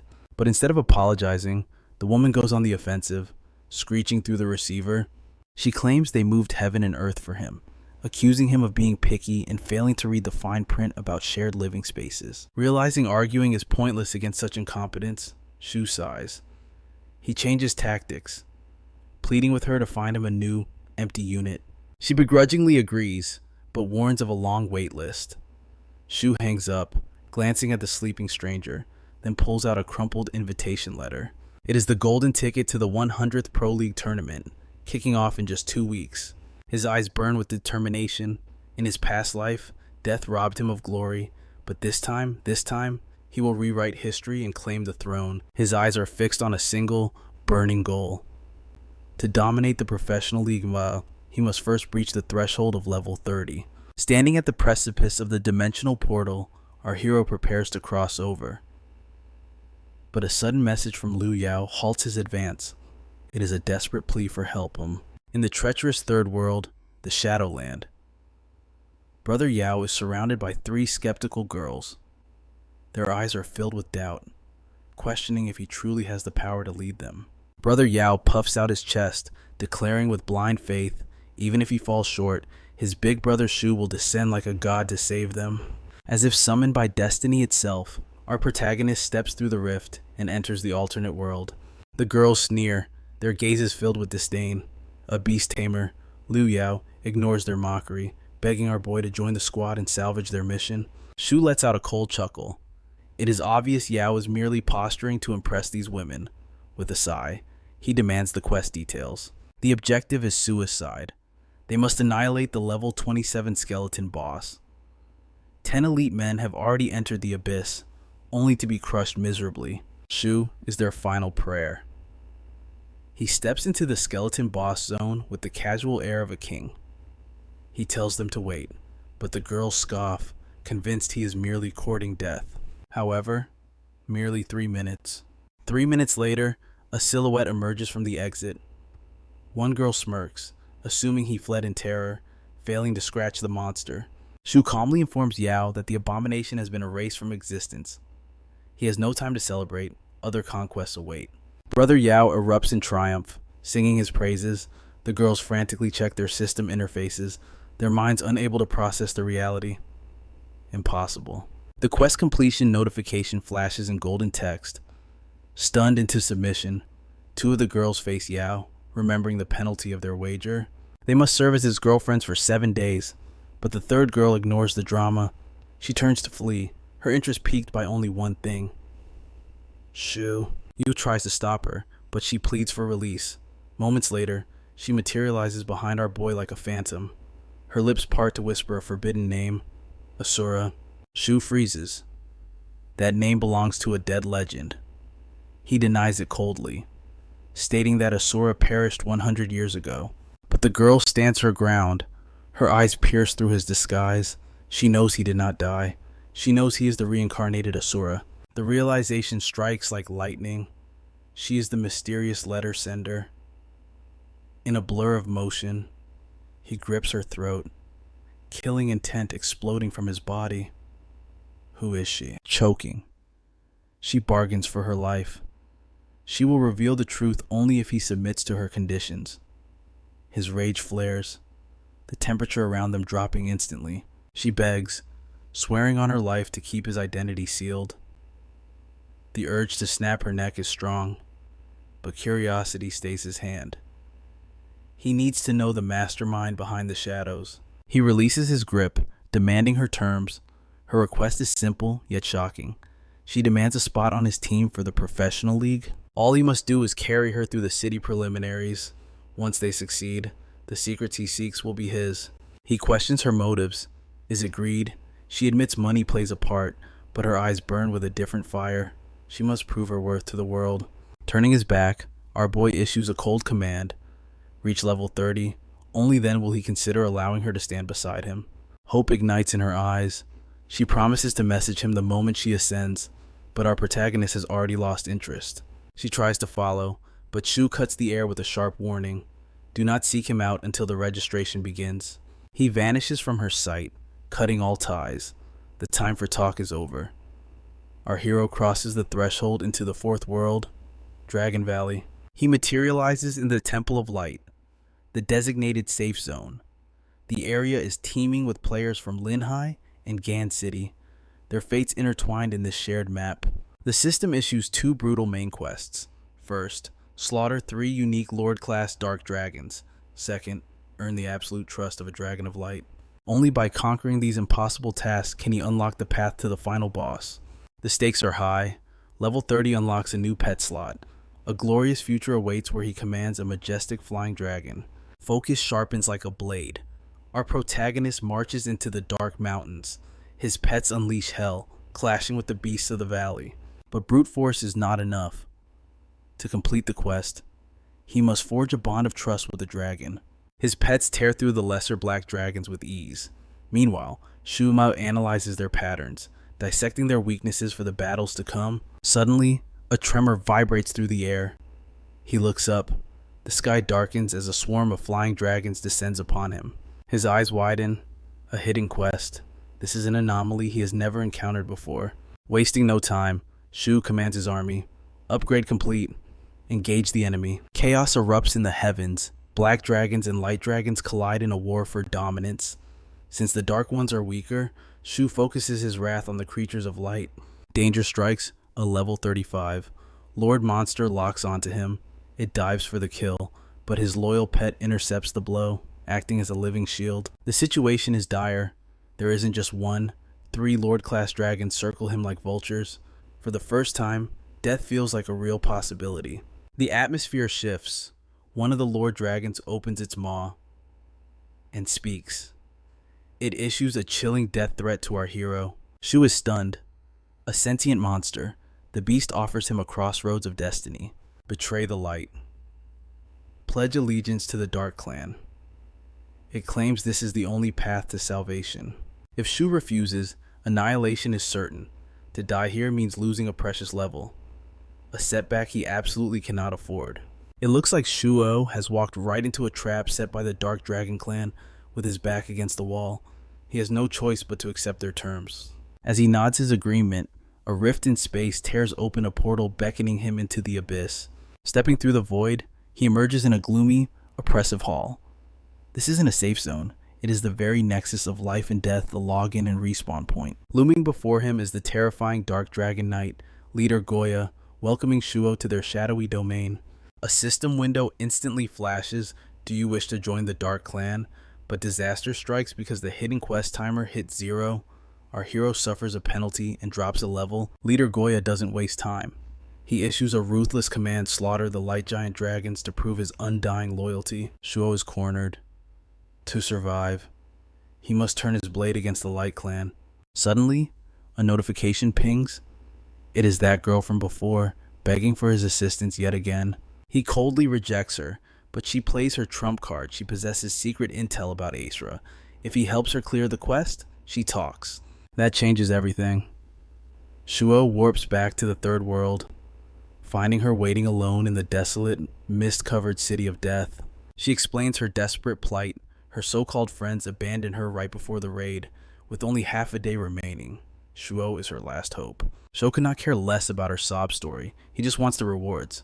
But suddenly, Sujinan appears. She spots our boy and demands to know what he is doing here. Her gaze shifts, locking onto the strange girl standing beside him.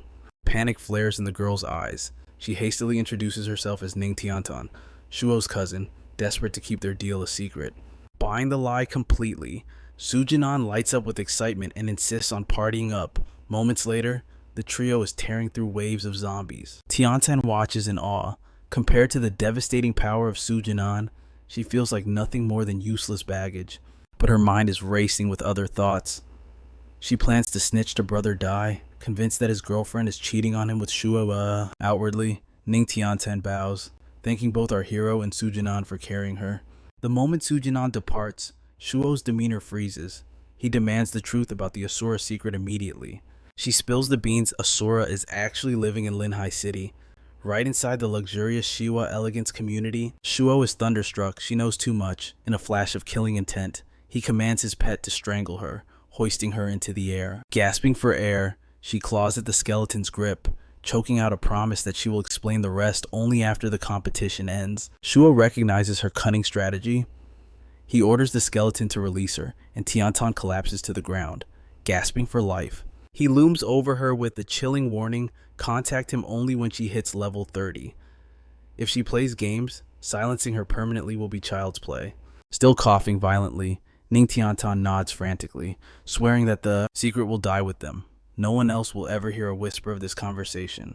Shuo isn't taking chances. He considers moving apartments immediately. Meanwhile, in the fourth world, the unrivaled god of war stares at his screen, reading the text from Tiantan's friends.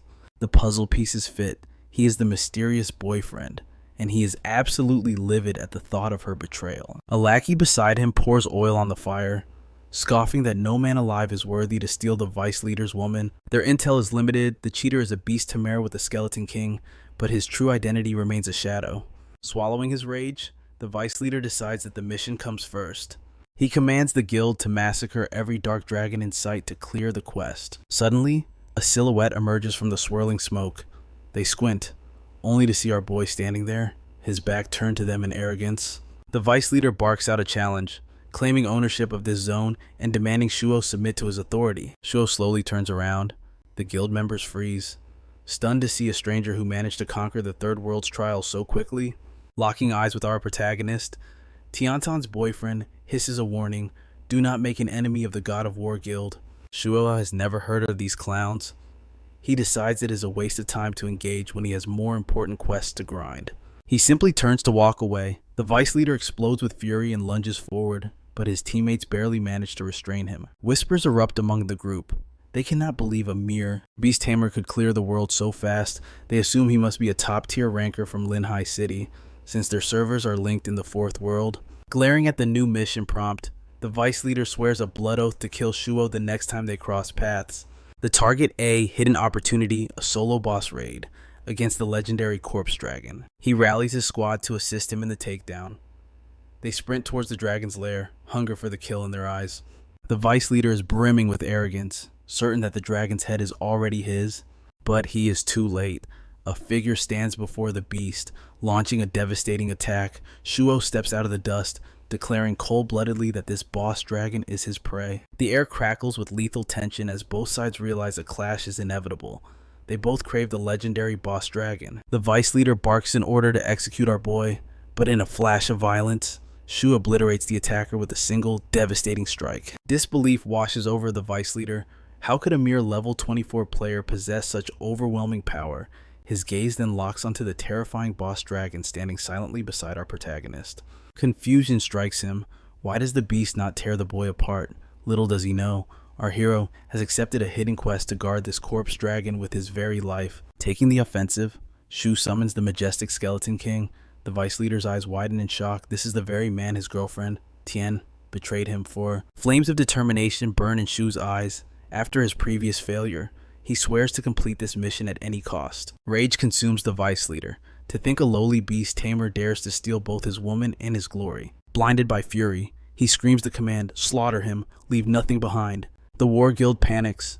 Battling the dragon was already a nightmare, but now they face a mysterious reaper in human form, unfazed. Our boy moves like a phantom, reaping the lives of the war guild members one by one, realizing they are outmatched. The war guild's vice leader grits his teeth and sounds the retreat. They will return, but next time, they will bring the full might of their main army. The quest timer ticks down 24 hours to hold the line. Shu knows this was only the opening skirmish. The real war is coming. Standing his ground, he prepares for the onslaught. Yet, a thought lingers. Why did that man accuse him of stealing a woman he doesn't even know? No matter, our hero contacts Brother Yao, demanding intel on this so-called war guild. The news is grim. They are the second-ranked powerhouse in the entire province. Calmly, our boy reveals he has just declared war on them. Knowing the enemy's strength, Shu realizes he cannot stand alone against an army. He needs reinforcements, and he needs them now. Ordering the dragon to hold the perimeter, he vanishes to seek aid. Meanwhile, in the third world, Sujin's heart races as she learns Shu is facing the war guild all by himself. Desperate to save him, she rallies her team. They must clear the third world instantly to break into the fourth and join the fight. In the shadowed halls of the Dark Clan, our protagonist stands before leader Goya. To his surprise, the plea for help is granted without a second thought. Shu is stunned. In his experience, even the self-righteous Light Clan would turn a blind eye. Yet these villains extend a hand. He reveals the stakes. The corpse dragon's life hangs in the balance, and a massive legion approaches. Goya grips his shoulder with iron resolve. "Fear not," the leader declares. "We shall see this quest through to the end." Suddenly, an alarm blares. The corpse dragon is under siege. There is no time to lose. Shu sprints back to the battlefield, Goya's voice echoing behind him. "Remember, the darkness will always watch over you." Back in the death zone, the worst has happened. The main force has arrived, unleashing hell upon the defenseless dragon. Blades flash as players rush in for the kill, but like a descending god, our protagonist crashes down, shattering their formation. "Kill him," the vice leader shrieks. Shu summons his beast army, his aura exploding. "Advance and face your death, or retreat and live." The atmosphere shifts as guild leader Tian Qian steps forward, crackling with lightning. "I will handle the brat," he sneers, ordering his army to finish the dragon. A bolt of lightning tears through the air, but Shu's pet deflects it effortlessly, as if swatting a fly. Tian Qian freezes. How can a mere beast tamer possess defense that negates his strongest spells? The guild elites unleash a barrage of attacks, yet against Shu's iron defense, their skills shatter like glass. Terror begins to take root. Just who is this monster, refusing to accept humiliation? Tian Qian roars and launches another devastating strike. Shu does not flinch. Suddenly, the sky turns black. A legion of dark dragons descends from the heavens. The reinforcements have arrived. The Dark Clan honors its word. Faced with these ancient beasts, fear grips the guild leader's heart. Shu smirks, his eyes glowing with predatory intent. "Do you still wish to dance?" The logic of war prevails. Tian Qian screams for a retreat. The vice leader stands paralyzed, watching his precious hidden quest slip through his fingers. However, the guild leader is not willing to let pride destroy him. He refuses to see his members slaughtered for a single quest. He finally notices the impossible. The dragons are protecting the tamer. Completing this quest is no longer a battle, it is suicide. Even the furious vice leader must bow to reality. But as they flee, Tian Qian swears a blood oath. "We will meet again, boy." The vice leader departs with hatred burning in his gut, still believing the lies about the stolen girlfriend. 24 hours pass. The storm has cleared. The majestic dragons rest upon the earth, their duty fulfilled. Shu lies atop a dragon's back, exhausted but victorious. A golden chime rings out. The system acknowledges his legendary triumph. Gently patting the corpse dragon's massive scales, Shu whispers, "You are free now." As the beasts soar back into the dark skies, our boy tallies his spoils. Not only has he survived, but his influence with the Dark Clan has ascended to level 3. With these legendary rewards in hand, evolving his battle pets will be child's play for our protagonist. His eyes are locked on the next milestone, level 30. Once he breaks through, the second pet slot unlocks. As for the rare loot, he stashes it away, trump cards for a rainy day. Suddenly, a notification pings. A desperate plea for help flashes before Shu's eyes, sparking his curiosity. Deep in the city of destruction, the trap is set. It was a lure sent by Tian's boyfriend, though he sneers, doubting our hero has the guts to show up. But before the mockery can leave his lips, space warps. Our boy materializes right between them, silencing the room with his overwhelming presence. The vice leader roars, commanding the main force to charge. He advances with killing intent, swearing that Shu breathes his last breath today. Yet, Shu stands unmoved, looking at their grandstanding with eyes full of boredom. He breaks the tension with a cold question: why is this trash accusing him of stealing a woman he doesn't even know? The disrespect hits the vice leader like a slap in the face. His rage boils over, but suddenly, guild leader Chen descends onto the battlefield. Chen orders his rabid dog to stand down, declaring he will handle this personally. He turns to our hero, offering a spot in his prestigious guild, a move that leaves Tian's boyfriend seething with jealousy. Chen extends a hand to seal the pact, but Shu scoffs. He tells them straight to their faces, "You are vastly underestimating who you are dealing with." Chen freezes, his smile vanishing.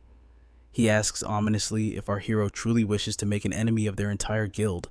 "I wouldn't do that if I were you," a voice booms from the shadows, freezing everyone in their tracks. On the left, Lu Yao arrives with the elite forces of the Supreme Guild on the right.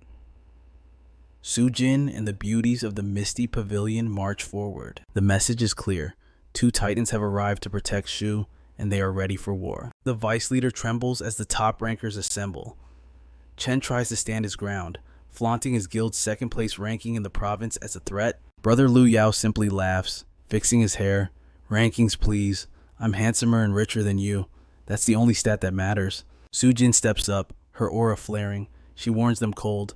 "Touch a hair on his head, and the Misty Pavilion will hunt you down until you quit the game." The War Guild's vice leader is delusional, whispering that they can take them since the enemy guilds are lower ranked. Chen isn't stupid, he hesitates. But his vice leader is blinded by rage, practically begging to start a guild war right here and now. Chen finally snaps some sense into him. The Pro League tournament is approaching. Wasting resources on a street fight is tactical suicide. Realizing the stakes, the vice leader is forced to swallow his pride and apologize for his foolishness. As they retreat, a cold sweat runs down his back. Who exactly is this Shu to command the protection of 2 rival guild masters? Chen's eyes narrow as he walks away. He hasn't given up. He is more determined than ever to claim Shu for his own forces. The moment the enemies vanish, Lu Yao rushes over like a worried mother hen. Shu waves him off, but Su Jin is still staring daggers at the retreating war guild. Shu cuts to the chase. "Why are you 2 stalking me?" In perfect unison, both guild leaders shout, "Join my guild." Silence falls. Su Jin and Lu Yao lock eyes, electricity sparking between them. The recruitment war has officially begun. They begin shouting over each other, each offer more ridiculous than the last. Su Jin offers a blank check for his salary. Lu Yao counters, promising to introduce him to a new beautiful girl every single day of the week. Su Jin explodes, calling Lu Yao a shameless pervert. Lu Yao just smirks, claiming it's simply male instinct and that the Misty Pavilion is too boring to satisfy a man. Flustered and competitive, Su Jin screams out, "I can fulfill all his desires better than you can." The air turns dead silent. She realizes her poor choice of words as Shu and Lu Yao look at her with judging eyes. Shu ignores the drama completely. "I decline." He states his only goal is power leveling and walks away, leaving the 2 stunned leaders in the dust. As they watch his back disappear, confusion sets in. The Hall of Light is the other way. Where is he going? They have no idea. He hasn't just chosen a path. He has aligned himself with the Dark Dragons. Meanwhile, in the real world, the obsession continues. Tian's boyfriend is frantically researching the lore of the Dark Clan. His face goes pale. He discovers a legendary hidden quest linked to the Dark Clan, a mission so impossible that players thought it was a myth. A twisted smile forms on his face. If Shu is attempting the impossible, this is the perfect chance to crush him. Back in the 4th world, chaos reigns. Su Jin, Lu Yao, and their elites are struggling to contain a divine dragon that has gone berserk over a stolen egg. Suddenly, they spot a familiar figure. Shu is standing calmly on the battlefield, watching the chaos unfold. They shout for him to join the party, thinking they can raid the Dark Dragon together, but Shu shakes his head calmly. "My quest isn't to kill the Dark Dragon. It's to hunt the light." Before they can process his words, a shadow covers the sun. Level 35. Light Dragon descends from the heavens. The beast is roaring in pure fury. It's scanning the area, hunting for the thief who dared to steal its eggs. Su Jin and Lu Yao sigh in relief, thinking they are safe, but then the Light Dragon locks its eyes directly onto Shu. The thief is right there. Su Jin and Yao attempt to negotiate with the Divine Dragon, completely oblivious to the catastrophic reality hiding beneath the surface. Even though Shulo raises his shield in defense, the Divine Dragon's power is absolute. shaving off a staggering 2,720 HP in a single breath. Under the dragon's relentless bombardment, his shield finally shatters into dust, forcing our hero to execute a desperate leap to escape the radius of destruction. The spectators watch in confusion, struggling to comprehend why the majestic beast has singled out our protagonist with such ferocious intent. But the realization strikes cold dragons can track the scent of their own kin. It becomes undeniably clear that the beast suspects him of stealing its precious unhatched eggs. Lu Yao's eyes light up with malicious glee at this connection, while Shulo's denial only seems to fuel the dragon's rage, deepening the crowd's suspicion. Whispers spread like poison among the onlookers. Perhaps the beast has sensed a dark aura. Is our boy actually a secret operative of the Dark Clan? With no time to argue, Shuo acts. He summons his loyal beasts, commanding them to form a living wall around him against the incoming onslaught. But the dragon's fury is limitless. It tears through their HP with terrifying speed, making it evident that if this battle drags on, our protagonist faces certain death. It turns out this calamity was a setup engineered by the vice president of the War Guild. Realizing the treachery, Su Jin and Yao shout orders, commanding their members to aid our hero immediately. Certain of Shulo's honor, Su Jin steps forward to reason with the light dragon, but the ancient creature is blinded by rage. It demands irrefutable proof of innocence, and without that proof, the dragon issues a chilling ultimatum: it will slaughter every single living soul in this vicinity.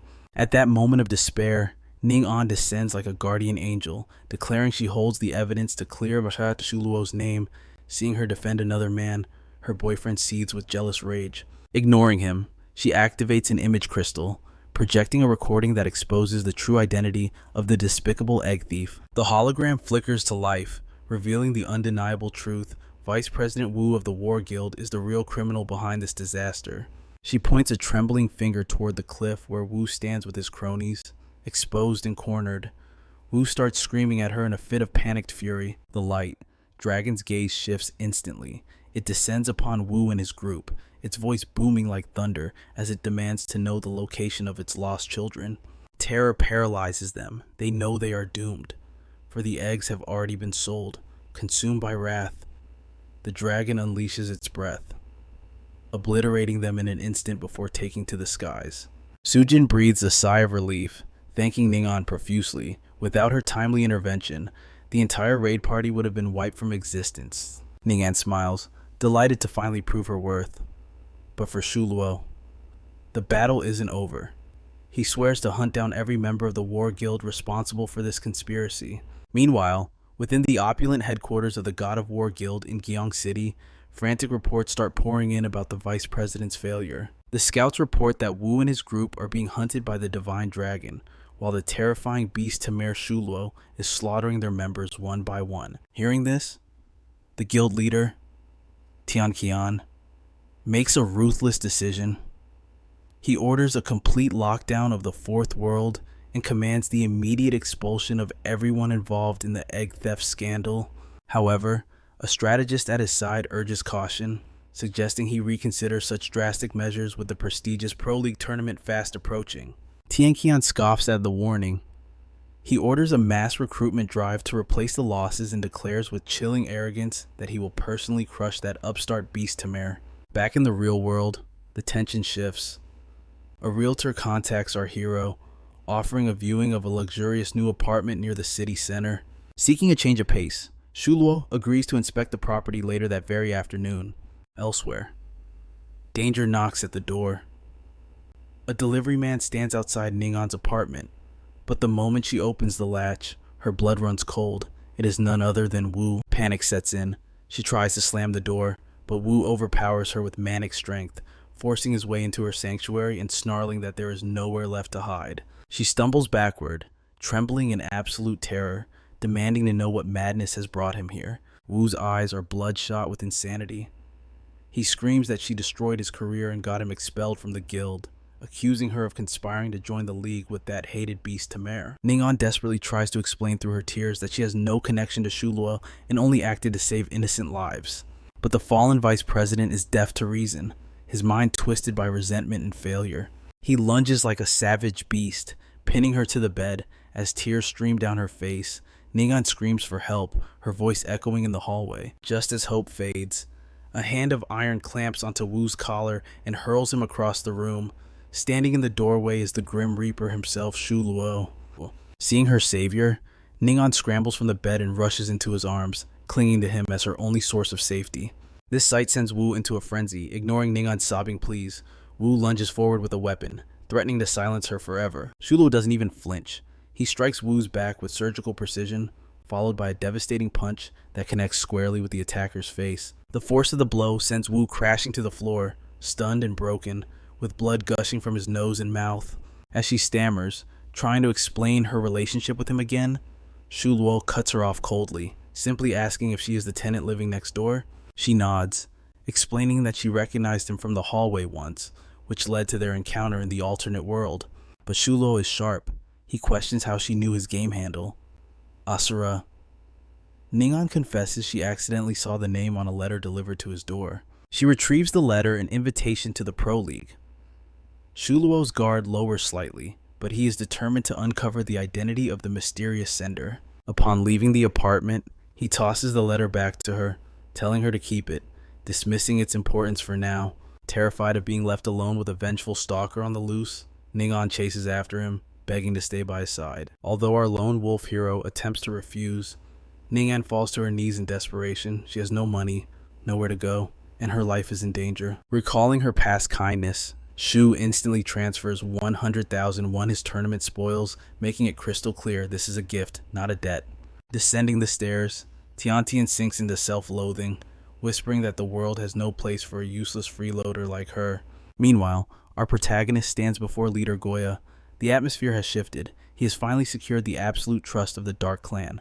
Goya bestows upon him a secret mission, promising rewards so rare they could change his fate forever. But that's not all. Shuo has hit level 30. The time has come for his class advancement before he dares to accept new challenges. To ascend, he must conquer the advancement trial. Stepping through the portal, a ruthless system notification flashes. Escape is impossible. The penalty for leaving a devastating drop of 3 levels. A holographic map materializes before Shu, revealing the desolate terrain, and a pulsating red marker dead in the center. That is his target. Stealing his resolve, he steps onto the scorched earth. But the sand hides a grim secret. Countless bleached bones and shattered skeletons lie waiting beneath his feet. A chill runs down his spine. Killing intent fills the air. He spins around just as a legion of skeleton demons erupts from the sand, hunger burning in their empty sockets. Without hesitation, our hero commands his dark skeleton king to slaughter the incoming horde, but it's a trap. The moment his king charges, the demons swarm like locusts, bearing his pet under sheer numbers. Before it can land a single blow, Shu watches in stunned silence. Gritting his teeth, Shuo wields his staff and joins the fray. The realization hits him hard. This is a solo trial. Relying on pets here is a death sentence. Strategy shift. He must ignore the fodder and sprint for the map's center to uncover the true objective. Abandoning the skirmish, our protagonist explodes into a sprint, tearing across the wasteland toward his destiny. As he nears the core, the chaos fades. An eerie, unnatural silence descends upon the battlefield, setting his nerves on edge. Finally, he reaches the epicenter. There, hovering in the void, lies a colossal, pulsating crystal. The shackles of the mirror image. Remaining vigilant, our boy taps the artifact with his staff. Instantly, a blinding light swallows him whole. When his vision clears, Shu finds himself sprawled across a cold, obsidian floor. He rises, realizing he has been transported to a separate dimension. The air ripples, and a perfect doppelganger materializes. Shu strikes immediately, but the clone mirrors him perfectly, dodging with an identical staff. Sparks fly as they clash. It's a stalemate. Neither gaining an inch, equal power, equal speed. But then, Shu notices a critical flaw. The clone is a puppet. It only mimics movement. It lacks the killer instinct of a true warrior. A smirk tugs at Shu's lips. The game has changed. He's found the crack in the armor, and he's ready to exploit it. The duel resumes. Steel crashes against steel in a flurry of violence. Shu shifts gears. He unleashes a chaotic tempest of strikes, moving faster than the system can process. The copy lags behind, and Shu breaks its defense. Driving the final blow home, our protagonist roars, A mere counterfeit can never surpass the original. The illusion shatters into a million particles of light. Golden energy erupts from his chest. Quest complete, his class proficiency has ascended to S rank. Stepping back into reality, his mind races. A second pet slot has unlocked. It's time to hunt for a monster worthy of his power. But rest is for the weak. He continues to grind, honing his skills for the storm that approaches. His target, the light dragons. Only their defeat will satisfy Goya and unlock the path to the ultimate hidden mission. Meanwhile, in the shadowed woods, the bully Wu has cornered Tiantian again, spitting venomous insults at the trembling girl. Driven by petty revenge, he has slaughtered or terrorized every player who dared to party with her. With a cruel kick, he knocks her into the dirt, screaming about her connection to Shuo. But when he insults her hero, she snaps back, furious. Wu dares her, call him, let him come and die. Suddenly, a lackey points a trembling finger toward the horizon. Look, it's him, Shulo is here. Wu puffs out his chest, convinced that today, he will wash away his past humiliation with blood. Tiantian's eyes light up with hope, but Wu screams the order, kill him, everyone at once, don't let him breathe. A cold smirk plays on Shu's lips. Perfect test subjects. But before the slaughter begins, a booming voice intervenes. Tian and his elite squad emerge from the trees. Wu grimaces, snarling that Tian should mind his own business and stop protecting the beast Tamer. Tian doesn't even deign to look at him. His voice is ice cold. I answer to no one but myself. He humbles himself before our protagonist, offering a heartfelt apology on Wui's behalf, and even tempts fate by offering the prestigious position of vice guild leader. Yet, the main character remains unmoved. He coldly rejects the offer, refusing to be shackled by guild politics and drama. Turning toward Ningtian, he gives her a recovery potion, but suddenly a digital chime breaks the silence. It is a distress signal from Liu Yao. He and Sujin Yan are facing death itself. The camera cuts to a chaotic battlefield. Sujin Yan and Liu Yao stand trembling before two colossal, mutated dragons. They execute their battle formation with precision, but despair quickly sets in. Their strongest attacks shatter harmlessly against the beast's scales. Hope seems lost, until a figure descends from the heavens. Shu has arrived on the battlefield. Morale instantly skyrockets, but Sujin screams a desperate warning. Magic is useless against these monsters. However, for our overpowered hero, this is no crisis. It is a harvest.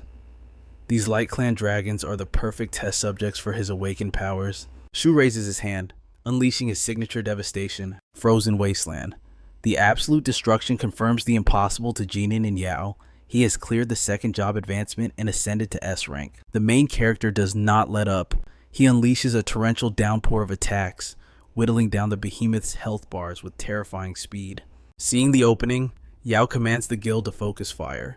A symphony of skills erupts, and finally, the colossal dragons crash to the earth, defeated. Dust settles, but Shu frowns. Despite the catastrophic damage numbers, he craves more power. He needs a pet that rivals a god.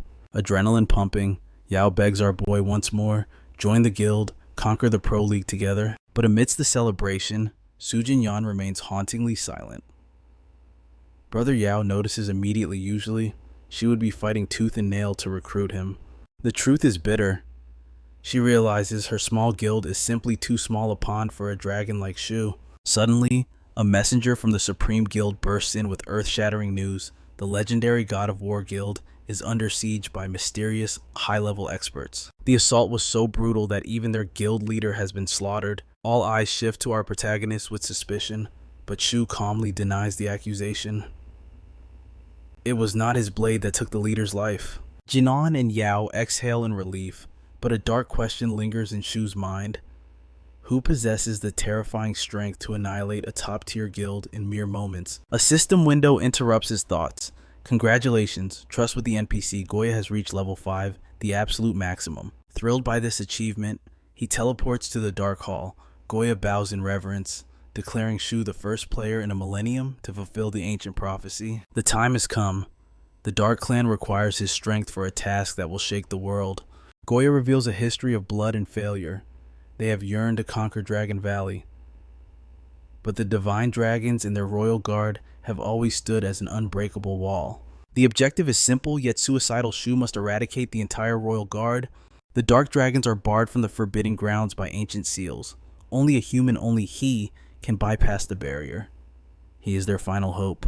The legendary quest materializes before his eyes, Glory of the Dark Clan. The stakes are absolute. Failure means the quest vanishes forever, and his hard-earned trust with Goya will shatter to zero. Without a flicker of hesitation, our boy accepts the burden of destiny. Goya grips his shoulder with solemn gratitude, promising that the Dark Clan will hold the line while he descends into the abyss. Moments later, Shuo steps through the portal into the Forbidden Zone. The air is heavy with danger.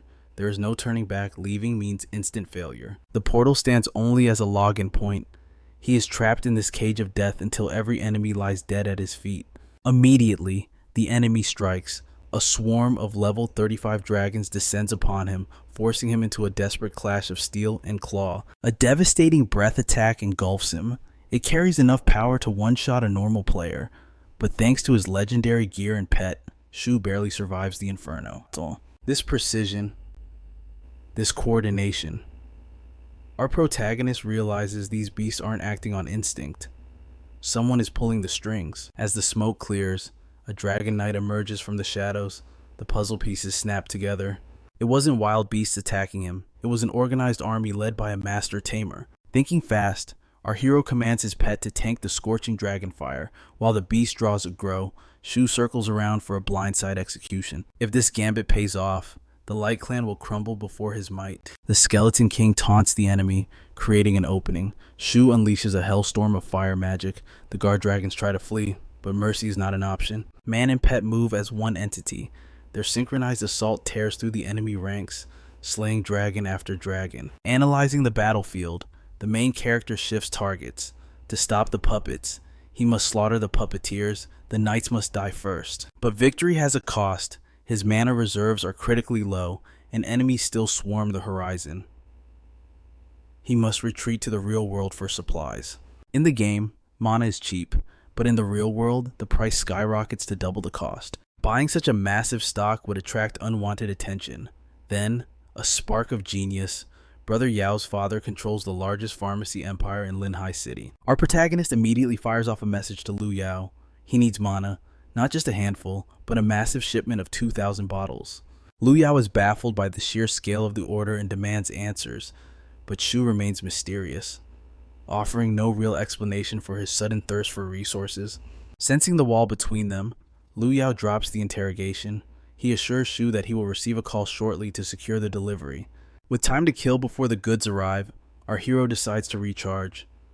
He collapses onto his bed, gathering his strength before diving back into the hellish Forbidden Zone. Meanwhile, deep within the headquarters of the Supreme Guild, Lu Yao argues with his assistant, explaining why they cannot simply hand over precious mana to Shuo for free. The assistant's eyes gleam with a cunning plan. He insists they apply pressure, squeezing Shuo until he has no choice but to pledge allegiance to their guild. Lu Yao considers turning the screws even tighter. Perhaps cutting his pay would force him to realize the true value of the guild's protection. Suddenly, the doors fly open. A panicked messenger bursts in with catastrophic news. Their forces in the Misty Pavilion Guild are being slaughtered by unknown elites in the Fourth World. Upon hearing of the massacre, Lu Yao's expression darkens instantly. Fury erupts in his eyes as he convenes an emergency war council. Moments later, Lu Yao descends onto the battlefield, joining the desperate clash against the mysterious assailants. In the heat of combat, Su Jinyan screams for her people to retreat. They must fall back immediately. She knows that if they can just reach the safe zone, the system's laws will protect them from this slaughter. Just as hope begins to fade, Lu Yao crashes into the fray. He stands firm beside Su Jinyan, declaring that the Supreme Guild will not abandon its allies. A chilling voice cuts through the chaos. The enemy leader halts his troops, scoffing that these two weak guilds are beneath his notice. The dust settles, revealing their true identity. It is the Wuji Guild, the undisputed #1 powerhouse of the entire province. Confusion ripples through the crowd. The Wuji Guild rules over Tiling City. How did they cross the boundaries to invade the Fourth World of Linhai and Ganyang City? It becomes clear this is a calculated purge. They are culling the competition, slaughtering rivals before the grand tournament even begins. Vice Leader Wu locks eyes with Su Jinyan with arrogant lust. He offers to spare her if she becomes his woman. but his subordinate quickly warns him not to defy their guildmaster's kill order. Lu Yao steps forward, playing his final trump card in our hero's name. He warns them of a beast Tamir so powerful he could single-handedly annihilate the entire Wuji guild. Vice Leader Wu laughs. Accepting the challenge, he demands this expert show himself, but silence follows. Shu is deep within the forbidden zone, unreachable. Taking the silence as weakness, Wu signals the slaughter. He orders his men to butcher everyone, sparing only Su Jinyan for his own twisted amusement. Suddenly, a system notification shakes the heavens.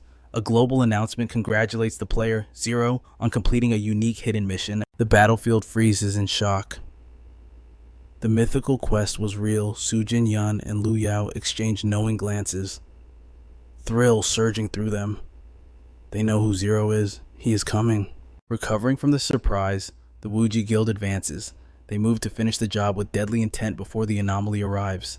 Meanwhile, deep in the abyss of the Forbidden Zone, Shu sits battered and bruised. Beside him, his loyal skeleton companion rattles, equally worn from the grueling trial. He checks his messages and sees Lu Yao's distress signal. The Wuji Guild is asking for death. He prepares to depart, but first, he must claim his reward from the NPC Goya. Inside the shadowy hall, the system rewards rain down upon him. High-tier skills and legendary equipment flood his inventory. Goya halts him. The Dark Clan has one final gift. He reveals an ancient egg, forged thousands of years ago, pulsing with the lifeblood of the clan's original matriarch. A dragon born of darkness. From this moment on, this terrifying creature will bow to no one but Shu. The camera cuts back to the bloodbath. Su Jinyan and Lu Yao are barely holding the line against the Wuji onslaught. It is a hopeless fight. The Wuji leaders are monsters, but even their foot soldiers possess overwhelming strength. Su Jinyan's team is being crushed. His team is a blue-haired, vicious thug suggests executing Su Jinyan first. Vice Leader Wu forbids it, but the man goes rogue. Ignoring orders, he charges at her, swearing to paint the ground with her blood. The blade descends towards her neck, but in a split second, a blur of motion slams into the attacker, driving him into the dirt with bone-shattering force. It is Shu. He plants his boot firmly on the enemy's chest, his voice cold as the grave. They made a fatal mistake touching his people. Enraged, Vice Leader Wu and the entire Wuji swarm roar in unison, charging toward our hero to rip him apart. They scream for vengeance, desperate to avenge their humiliated comrade who lies broken beneath Shu's feet. But then, Shu toggles his display settings. The name above his head glows ominous red. They freeze. He is the legend. He is Zero. With a casual strike, Shu executes the blue-haired lackey. He steps forward, an aura of death surrounding him, asking who is next to die. Wu refuses to believe a mere beast Tamir has this power and screams for the attack to continue. Shu doesn't just fight, he dominates.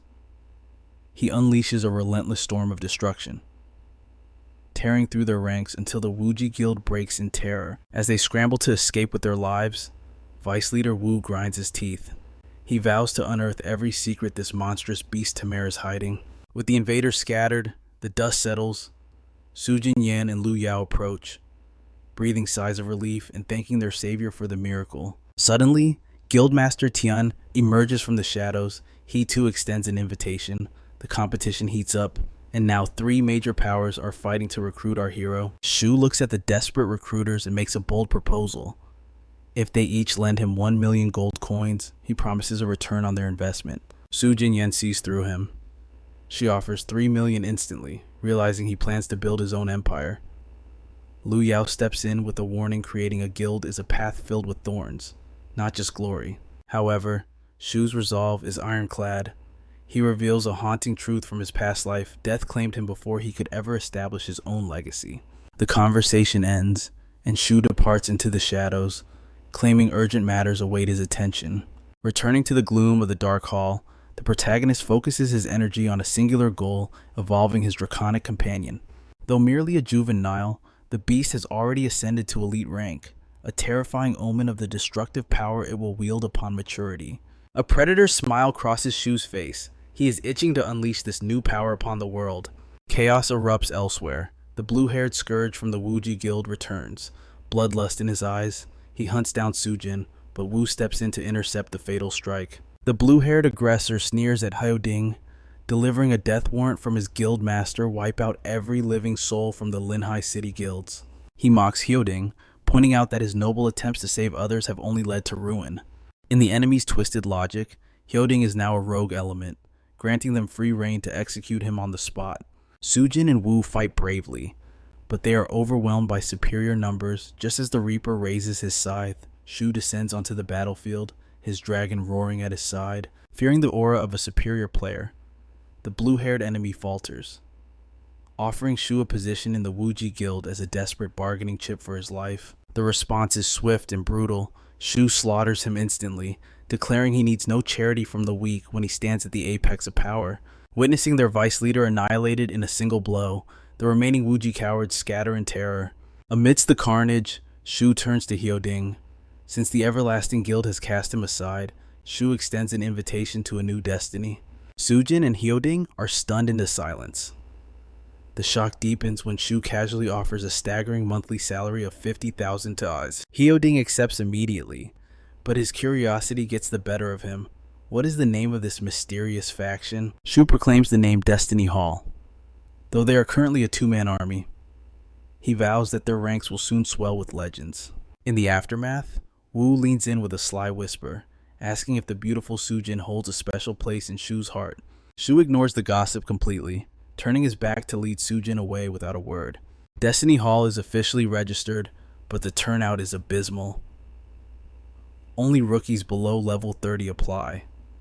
As the high-tier pros turn their noses up at a newborn guild, suddenly, a piercing scream shatters the air. Ningtian sprints past them, fleeing a pack of thugs demanding payment for a debt she doesn't owe. She collapses in the dirt, pleading through tears that the debt belongs to Wu, and she is merely an innocent victim caught in the crossfire. A thug looms over her with a vile grin, sneering that if she lacks the coin, she will pay with her flesh instead. Like a guardian ghost, Shu materializes. He drives a boot into the attacker's chest, coldly stating he will cover the debt, no matter the cost. The fool charges in a blind rage, but Shu unleashes a skill that blasts the thug into the horizon like a ragdoll. Terror dawns on the others as they recognize the ID above his head, Zero, the legendary player. They flee for their lives instantly. Dusting off his hands, Shu turns his gaze to Ningtian, checking her status. She stammers an explanation, but Shu has no patience for drama and turns to leave. Terrified of being left alone, she scrambles to follow his shadow. Seeing her desperation, Shu relents, allowing her to tag along on his journey. They arrive at a desolate wasteland of shifting sands. To Ningtian, it is an alien landscape, but to the regressor Shu, it is familiar territory. An ambush. The Stone Dragon's clan strikes from the dunes. Shu engages immediately, weaving a protective net around Ningtian while decimating the enemy. Noting the enemy's crowd control tactics, Shu summons his own draconic companion, countering them with a perfect blend of suppression and healing magic. He queries her class, and the answer leaves him stunned. She is a Holy Light Priest, a rare and elite profession. This class possesses the ultimate counter skills capable of purifying all crowd control debuffs instantly. With such a healer watching his back, the protagonist realizes he would become a virtually invincible god of war. He immediately scouts her for Destiny Hall. She accepts without hesitation, though she humbly whispers that she feels unworthy of such a high-level party. Shu cuts through her doubt, assuring her that in his eyes, she is an irreplaceable asset, the strongest healer they could hope for. Secure in his acquisition, he pings Hyoding with their coordinates, ordering him to rendezvous immediately. 10 minutes later, Hyoding rushes in, fearing the worst, only to find Shu calmly introducing Ningtian as their newest comrade. Hyoding asks for her stats, and upon hearing her class, his eyes nearly pop out of his skull with excitement. He pulls Shu aside, trembling, as he whispers that major guilds pay annual salaries of 3 million for such a priest. They have struck absolute gold. Shu dismisses the money talk. They have more pressing conquests to attend to. He drops a bombshell. They must clear the Fourth World Dungeon before the global tournament begins in just 3 days. The declaration lands like a thunderclap, leaving both Hyoding and Ningtian paralyzed with shock. Panic sets in for Hyoding. They are a suicide squad of only 3 members, and their healer hasn't even breached level 30. Shu lays down the law. They must complete their second job advancement before the tournament even begins. But power does not come for free. First, they need to grind until their levels skyrocket. He leads them through a gauntlet of quests, his terrifying summons doing the heavy lifting, while the Necromancer watches his team soak up the experience. Witnesses can only stare in jaw-dropping envy, beholding the sheer might of a man who commands a literal dragon. Assessing their growth, Shuo calculates the odds and decides the time has come to attempt the second awakening. 2 days vanish in a blink. Now, only 24 hours remain to conquer the fourth world, or their dreams of the tournament will turn to dust. With every quest obliterated, they have finally met the requirements to challenge the job advancement trial.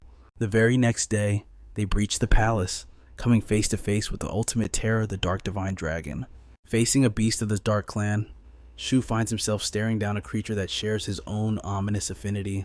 Wu Hoding, brimming with misplaced confidence, steps up to tank the boss alone, only to be crushed instantly by a single devastating blow. Shuo instantly deploys the Skeleton King to save his fallen comrade, ordering the team to fall back while he takes on the Calamity himself. The level 35 Divine Dragon is a moving fortress. It scales, boasting resistance that defies all logic. With lightning reflexes, the protagonist commands the Skeleton King to crowd control the beast while he unleashes a symphony of destruction. He roars at Tiantian to focus her heals on his summon.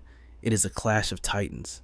But finally, the combined might of the team brings the dragon crashing down. Hoding stares in absolute disbelief, unable to comprehend how Shuo just dismantled a level 35 boss like it was nothing. With the fourth world conquered, our hero issues the next order regroup in the real world and prepare for war. Excitement electrifies the air as the members of the Destiny Hall Guild gather, ready to shake the world.